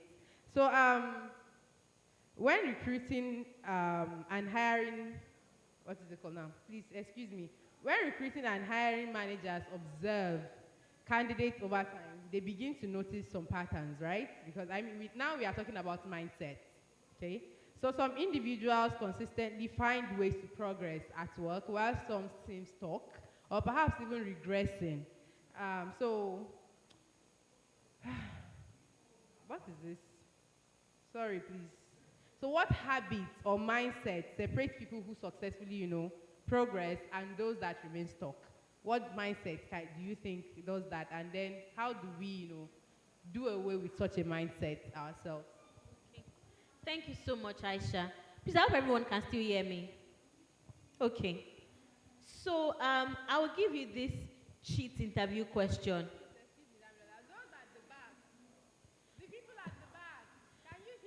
Those at the back, please, can you come forward? If you're with us, there are still empty seats in front. Can you come forward? There are empty seats in the middle there. Abby? Okay. Okay, no problem. We would continue with that. So, sometimes in interviews, some questions are asked as to, why do you want to leave your current employer? Has anyone ever attended an interview and that question was asked? No one here. You've heard. Okay. So I've also asked that question, whereby I say, why do you want to leave your current employer? I've had...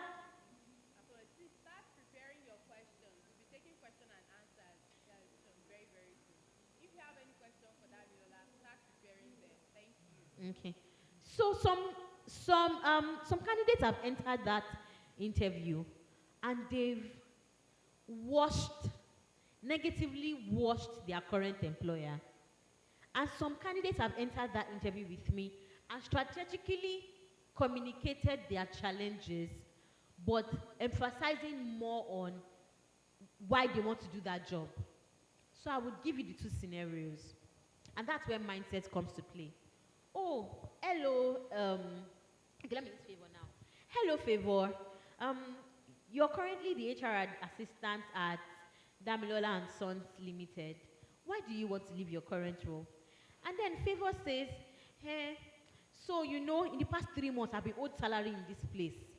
And then my manager is just toxic. And even the money they are paying me, I'm barely surviving on it. So that is why I really want to leave. I just want to join your organization because I know the organization is a good place to be. I know this looks like I'm playing, but I've had candidates, you would really be shocked. I've had candidates enter interviews with me and speak in the line of this. It can happen to anybody. It can happen to anybody because frustration happens at any stage. But try not to fall into it. It can happen to anybody. I'm a recruiter. I've given grace to so many people. But some recruiters don't give grace. You enter into an interview.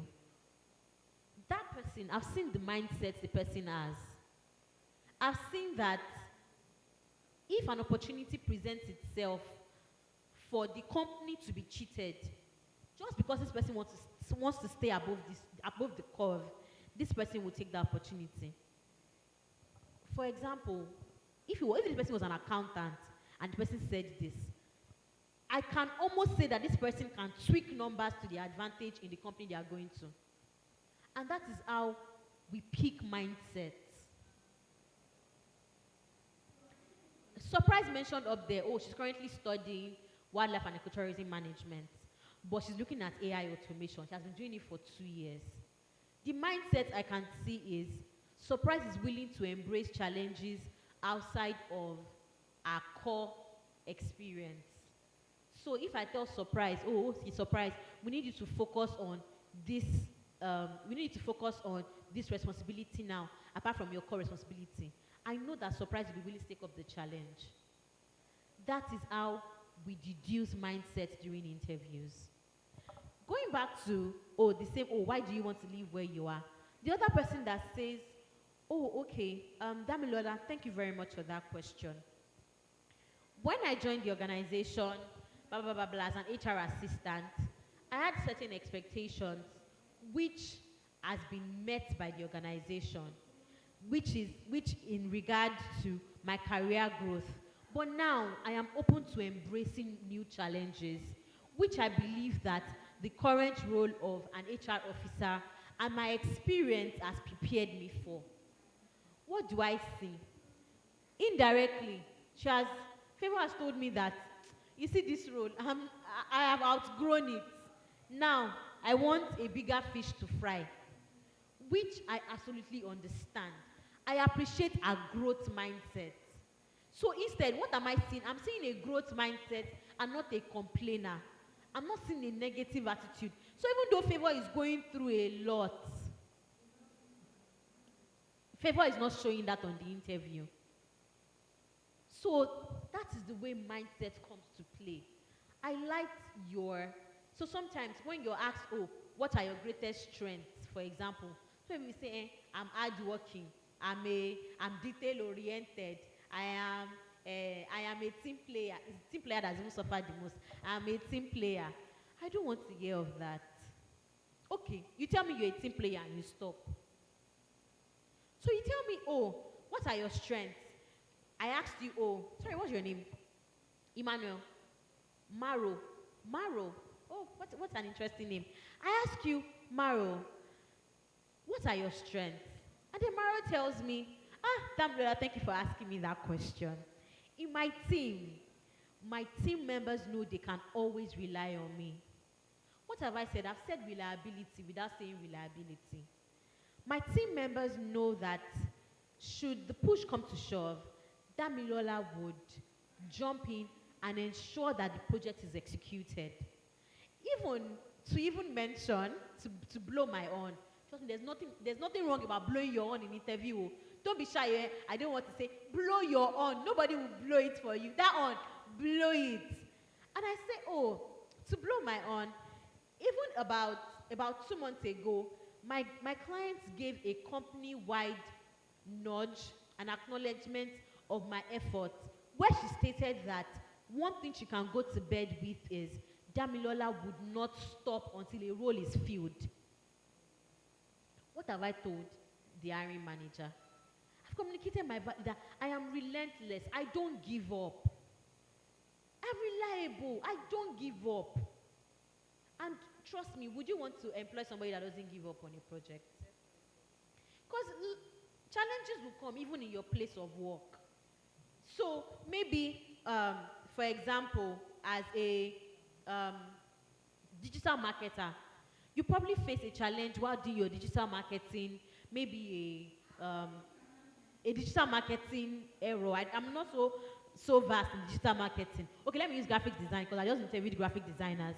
So maybe the client pushed back and said, oh, I don't like this design that you've done. I know that Maro would not just say, I've done what I can do. I know that what Maro would do is, Maro will go back to Adobe, or go back to Figma, or go back to Photoshop or Illustrator and say, okay, let me tweak this. I know that Maro would ask the client, oh, what exactly don't you like about it? What are you looking at? And then what will Maro do? Maro will go back. Even if after doing the second one again, the client says, oh, Maro, even though you've gotten it 80% correct, I still want this place tweaked. What do I think Maro will do again? Maro will ensure that the client is satisfied. And I would definitely want to employ Maro. So you see how mindset comes to play in your interviews. You don't necessarily need to tell me things. I can deduce it. And the funny thing is, and like I told you, recruitment or job application is a big deal. I want you, if you're leaving anything, this session will be anything, is that it is not a big deal. Maro, you have siblings. I know some of us in the audience are married, but I don't know if maybe people are, but you have siblings. You've interacted with your siblings. You've interacted with your parents. Your parents have sent you on tough tasks. Your parents have sent you on, or maybe you've interacted with people. You've had human interactions. See, I know this sounds funny, but you don't have to have experienced everything you give examples to. You can give an experience from your church, but tweak it to answer an on-the-job experience. I, as a recruiter, I will not know. I won't actually know as a recruiter. But you've done it. So you're able to communicate what you've done into the workspace and give me that example. So everything is not just tied to, this system into mind, it's not just tied to what you've done in day-to-day, what you've done in the corporate world, what you've done in your day-to-day activities. We're all living lives every day. You've all done things every day that maybe your friend even tells you, Maro, thank you for showing up for me yesterday. You can translate that showing up into the corporate world and show your value. You did it, didn't you? Was it not you that did it? You did it now. Then just translate that into the corporate world and you'll be shocked that you're getting that job. So employment, interviews, earning is not such a big, like demystify it. It is not a big deal. Demystify it and go into work, go into life, go into that interview with that confidence. It is not a big deal. For example, let's say you didn't meet me here and I was interviewing you in faraway Lagos and you're in Akure. It's not that Lola you're saying speak to you. You can sit, you can actually come meet me and we can stay at the back there and gist for 20 hours. It's not me you've spoken to. That is the same way that interviewer is.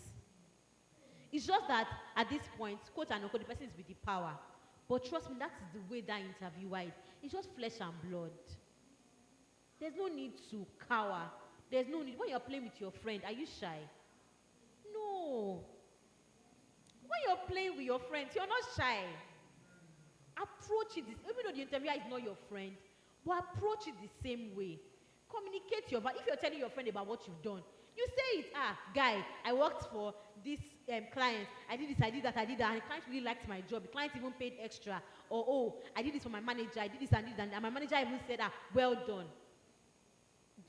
Were you shy? Were you timid when you said it? No. So go with that same mindset. Go with that same audacity into any engagement or any work or any interview that you're going into. Thank you. Thank you so much, Damilola. Thank you so much. Please, do we have any question for Damilola? Is it written or will you stand to ask it? Okay, don't bother. Let me give you the microphone so that you can ask a question. Thank you so much for the session. So, is it working? Okay, so some of my questions have been answered, but I just want to ask 3 questions that have not been addressed. I am not confused, but then, is it okay for me not to have, I am a person of many interests, yeah? So is it okay for me not to have found my feet yet? Despite I have observed that for myself, that it's not like I'm confused, but I'm not just finding my feet yet. Is that okay? Okay, so answering your question, I'm going to blow my own. Like I've advised you to blow your own, so I'll blow my own. I'm a recruitment consultant. I've jumped in on my friend's podcast. I'd even started my own podcast before. So I want you to see that has nothing to do with recruitment, right? In my church, I host events for my church. I host red carpet for my church. I am an actress. I've acted in more stage dramas. I'm a stage actress. More than I can. Like I've lost the number of, I've acted in French, I've acted in English, I've acted in Yoruba. But thank you. This is answering a question. So like I said that, I know it can, I'm not saying you're confused, but I know it can get overwhelming when it's like, oh, I can do this. Some people just know that it's tech they can do and they can do it well. Some people know that I'm good in maths and it's just maths they can do and they stay on that maths. But for some people, initially too, before I got my job, I was everywhere too. I was social director, so you know that from even my, you can know that I'm a social butterfly. So I was social director, I coordinated events, I am here, I am this, I am that. But there is a common ground. And that is where self-awareness comes to play. And I don't know if you mentioned that you've read Ikigai. I need you to read Ikigai and sit with yourself. To thyself be true. There's a philosopher that said that. Sit with yourself and really find out what you know you're excellent at. Or maybe above all these things, what does it come to? You can see with all these things that make people person, number one. I raised my hand for class rep in 200 level. I was class rep from 200 to final year. From 200 level, 300 level, 400 level, 500 level, I was class rep. In my final year, I became social director still. So I can see that I'm a people person.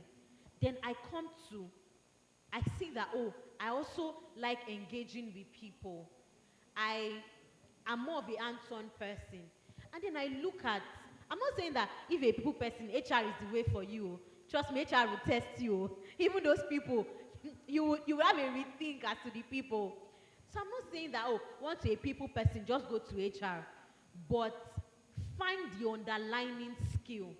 Be self-aware. Above all these things, I don't know what surprise does, but surprise, maybe you do this, you do that, you do AI, you do this, you do this. Maybe you're a tech-focused person. Look for the underlying skill. What really ties all these things together? Maybe you're somebody that, oh, you do catering, you do projects, maybe event planning, you do you do a lot of things. Find what really ties it together and dwell on that. I hope that's fine. So surprise, we'll take just your second question, and we'll have to take question from another person. All right. So my second question is based on the CV you mentioned the other time. Is it ethical or is it legal to have different CVs for different roles? Okay. Yes, please. I'll give an example to this also. And see, everybody's seeing that I'm giving examples for every question I'm answering. I know I spoke up there that you're to give examples for every, and trust me, will you remember the things I've read out or the examples I've given? Which one will you remember more? That is how we human beings are wired. So in response to what Surprise said, I had a candidate that was applying for a procurement, yes, he was applying for a procurement manager role for a client in Enugu, for an employer in Enugu. But then his CV was admin. So I did schedule him for an interview. When I saw his CV, I just put it in unqualified. Why using the application? I just put him in unqualified. But this person was very tenacious. This guy, very audacious and tenacious. He reached out to my colleague on LinkedIn and said, oh, your colleague is advertising for this role, and I'm interested. I've done procurement. And then my colleague came to me and said, oh, I've done procurement over the past 6 years. My colleague then came to meet me and said, Dami, one guy applied for your role. He's a procurement guy. I said, what's his name? I checked. I said, see the CV now. This guy is an admin guy. Because my colleague, like I said, human biases, because my colleague had vouched for him, I called the candidate, said, okay, schedule an interview. He scheduled an interview, and then we had a chat. This guy had done so much procurement work than any other candidate I've spoken to. But what he did was submit his admin CV. So even though in his current organization, procurement is tied under admin, I wouldn't know that. Procurement is tied under admin. I'm not in your organization. I wouldn't know that. So what I then told him to do was, sir, I liked your procurement achievements. And all these things you've told me now, I liked it, and resend your CV to me. And I promise you, even people with 15 years experience are caught up in this. People with 10 years experience, people with 5 years experience are caught up in this. You're applying for a procurement role. I like your procurement achievements. You're applying for a project manager role. Okay, so I give you the example that imagine I was moving into project management. Even though I'm currently a talent acquisition expert, I'm currently a senior, my job title at Jobberman is a senior recruitment consultant. I will submit that CV for a project manager. But right now in my role, I've handled several projects. Today is a project for me. Because we had our planning, we have our stakeholders. You are my stakeholders. Jobberman is my stakeholder. Jobberman is my chief stakeholder. I have done what I need to do. I've used my Kanban board. I've moved from the first stage. The first stage was planning. The second stage is this session today. The third stage is the report I would give. And then, God so good, maybe any one of you types something on social media and tags me or tags Jobberman. My employer says that. There's a, and that's what I'm telling you people, that the workspace is not a mirage. It is day-to-day interactions. It is not a mirage. I liked this, my project achievement. I liked other projects that I've done. So there has been times in the team whereby a client comes with 5 roles, and then I'm leading the team. I'm able to say I've led a team of 5 to accomplish a recruitment project. Did I do it or did I not do it? Even though it was recruitment. But was it a project or was it not a project? It was a project. So guess what Damilola is going to do? Talent acquisition, senior recruitment, job title, senior recruitment consultant at Jobberman Nigeria. Or I write recruitment project manager. Which one will you call for an interview? I need a response. Which one will you call for an interview? Recruitment project manager. And I'm also highlighting my achievements, so that you know that even though I've not done the day-to-day project management, I've done it in my career, and I'm highlighting my transferable skills. So I hope you understand that. Thank you. Thank you so much, Damilola. We have only 2 minutes left. Do we have any other person with a question? Do we? Okay then. In absence of questions, we are just going to conclude the session. I would have loved to ask her one more question, but time is fast spent. So I'm just going to summarize all we've learned today and bring out the most important points. So I think the most important thing we've learned here today is that learning isn't only the thing you need. What you need is the value. The value you bring to your workspace is what will translate into earning or into career movement for you. I believe we all understand this, and we are going to put we are going to take actions to put this into place. So before we close,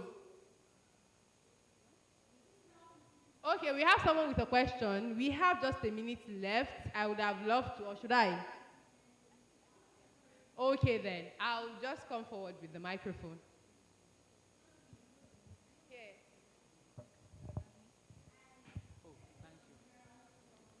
Good afternoon, everybody.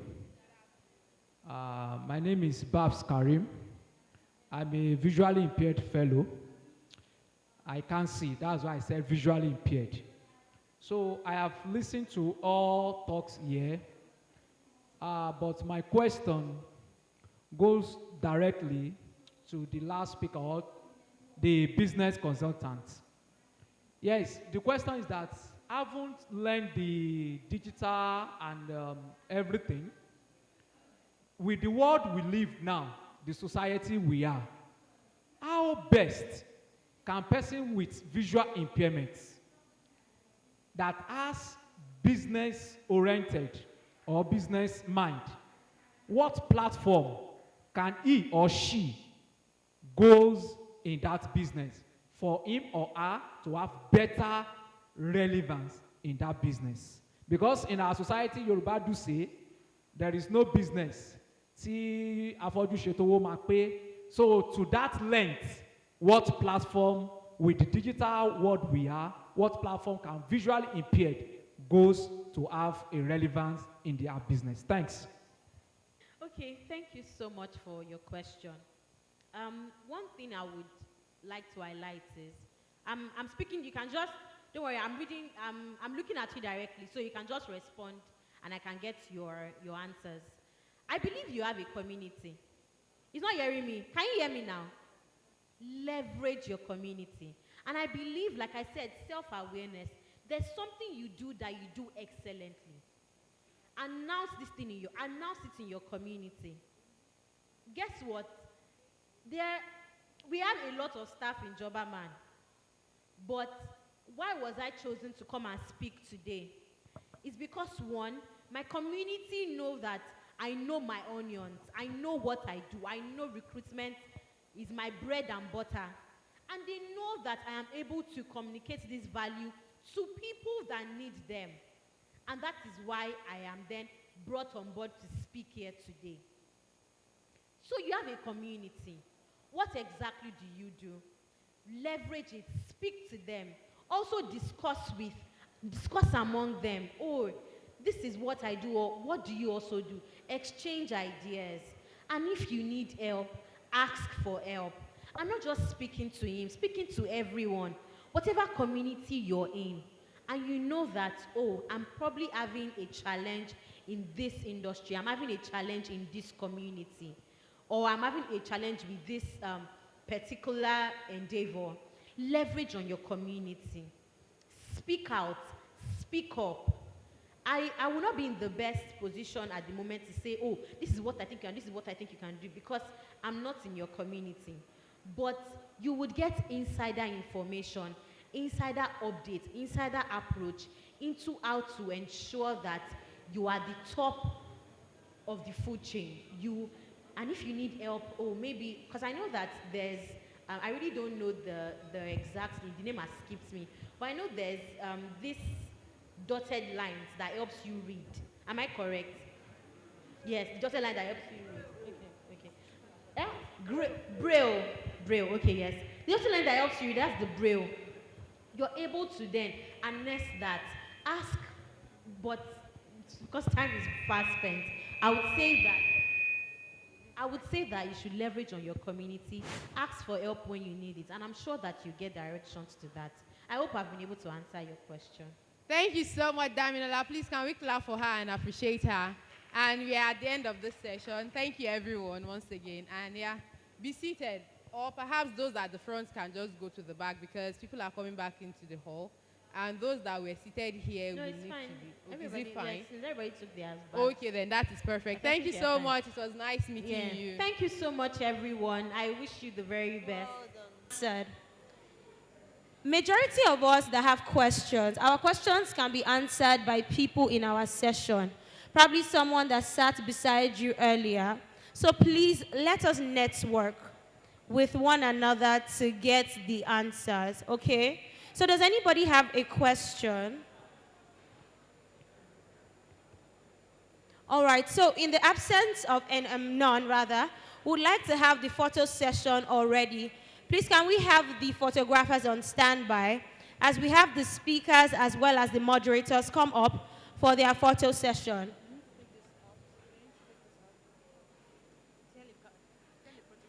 Also, can I have one protocol member, please, help with this podium to set it aside for the picture session? One protocol member, please. I need help with this to be set aside. Oh, okay. My own speaker had a flight to catch, so I'm standing in capacity of 2 women. Thank you very much.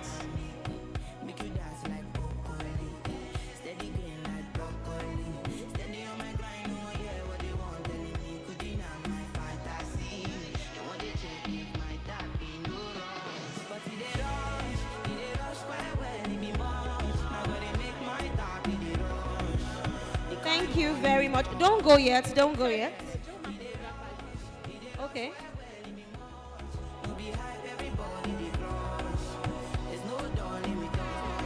Can we have Olamide join us? Olamide Adeyeye join us here also. And Ini, please come up. Please come up. Let's have you here also. Thank you very much.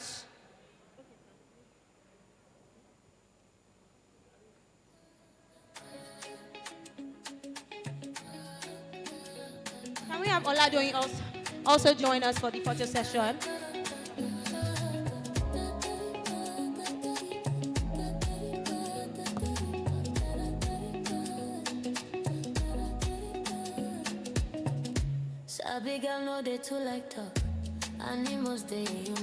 Thank you very much. Thank you so much. Can we have staff, Jobberman staff also? Can we have Jobberman staff also come up here? All right, thank you very much. All right, thank you very much. We'll move straight to the closing remark, ladies and gentlemen.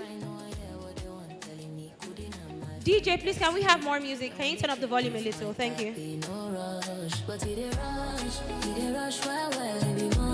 Now go to make my car be the rush. The kind money we touch, yeah. Need a rush, well, it be much. No be hype, everybody they crush. There's no darling with us, Thank you much, DJ.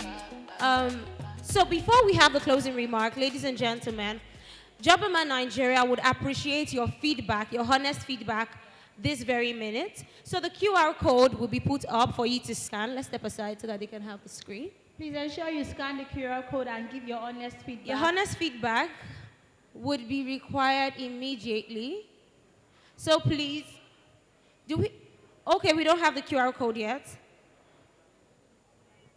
Those who got jobs, most especially, give your feedbacks and be honest.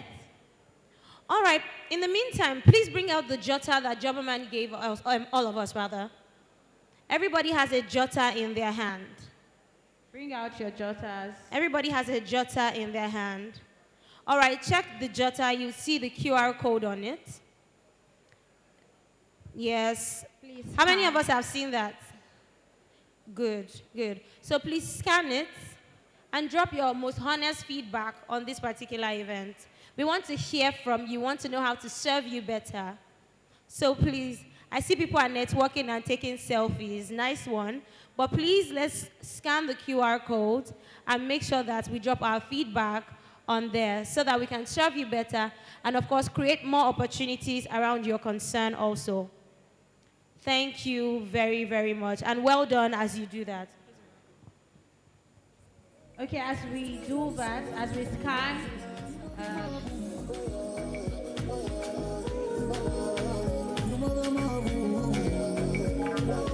if you have scanned, can you show your hands?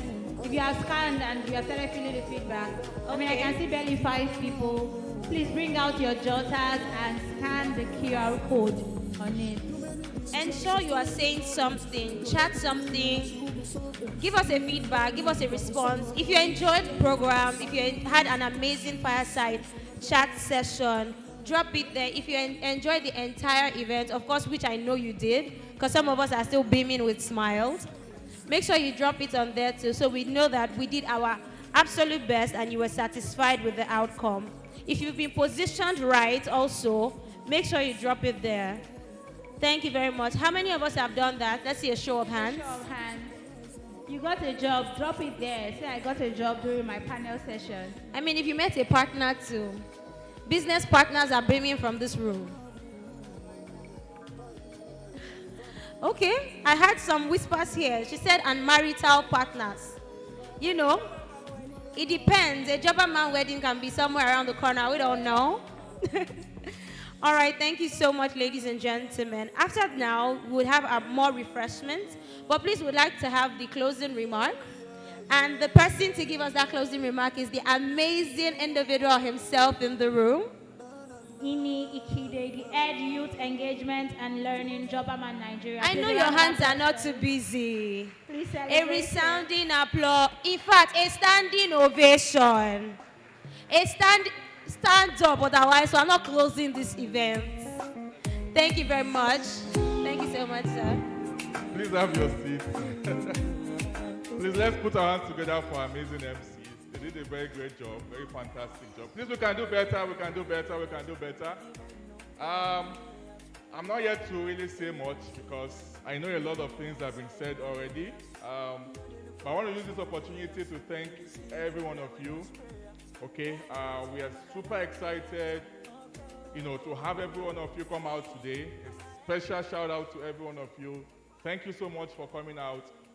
Despite the, uncertainty going on in the States, despite how the political atmosphere is in the States, but you guys had the courage and you had the audacity to also come out today. And I want to also believe that every one of you have found this session very interesting. Am I communicating? Am I saying your mind? Okay, if you found this session very super interesting and useful to you, can we please put our hands together for Jobberman Nigeria? Yes, this event was brought together by Jobberman in partnership with the MasterCard Foundation. So thank you so much for coming. Also, I would like to use this opportunity to thank our amazing keynote speaker. Even though she's not here, she did an amazing job as well. We had the representative of the government from the Ministry of Women Affairs and also from the Ministry of Youth and Sport. They were represented as well together with the Permanent Secretary from the Ministry of Youth and Sports as well. I want to thank all our amazing speakers. I hope you enjoyed all their session. I know Dami was was amazing. Kingsley was also very amazing, right? And I want to believe that everything you guys have been told to do, what will you do with it? You will do what? Utilize everything that you've said, right? In as much as this event is coming to an end, we're about to draw the curtain of this program, but that doesn't mean that your journey ends here. As a matter of fact, this is just the what? This is just the beginning. So please, every bit of what you've been told today, from the CV session to the practical mock interview, right? We had our speakers talk about different aspects of life, how to attract opportunities, how to also, become employed, and also how you can retain your job. Please, you have to take this very seriously, all right? I also want to thank the event planner, Plan with Mimi, for this amazing aesthetics. I believe the hall is very beautiful, right? So thank you so much for our event planner as well. And to the entire team of Jobberman, please let's put our hands together once again for Jobberman. Every department here gave their 100%, gave excellence. I'm sure you can see from the way the hall was designed to the quality of speakers we also brought today, they were all fantastic. So the Jobberman team, to Olamide as well, he had to leave because he's going back to Lagos in a very few hours from now. I want to say a very, very big thank you to every one of you, okay? Finally, I want to wish every one of you a very successful career journey, okay? So please remember we are Jobberman. We've been existing for about 17 years. We are going nowhere, all right? So we want to be part of your journey, all right? So please feel free to tag us along your journey. We also want to see your feedback as we've communicated earlier, and your post as well. Please tag Jobberman Nigeria on LinkedIn, on Instagram, on Facebook. Okay, let everyone know what we've done today, all right? So safe travels to every one of you once again, and I wish every one of you a very successful career. Please tell your neighbor beside you, I will be great. Thank you so much. Thank you so much, sir. Ladies and gentlemen, I want us to do one thing together. Say thank you, Jobberman.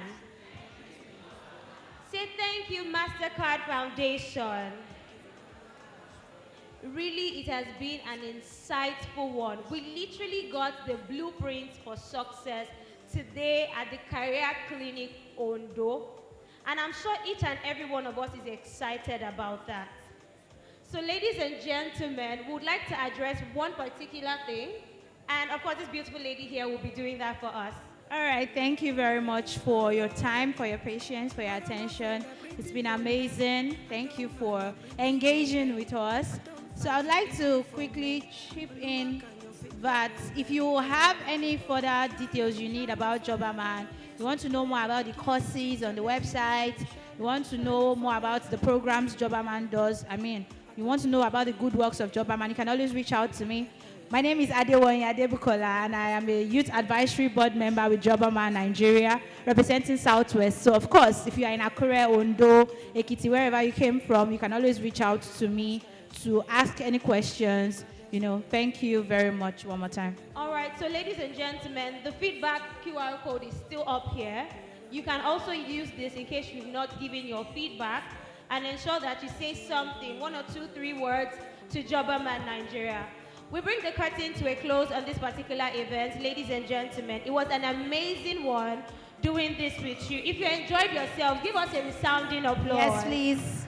I think we deserve it now. Okay, clock in.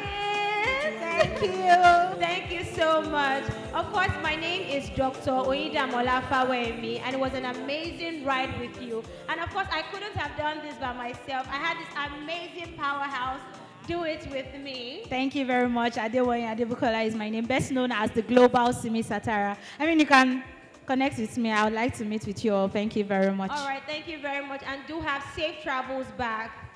Goodbye, Ondo State. We're not leaving you. Take care.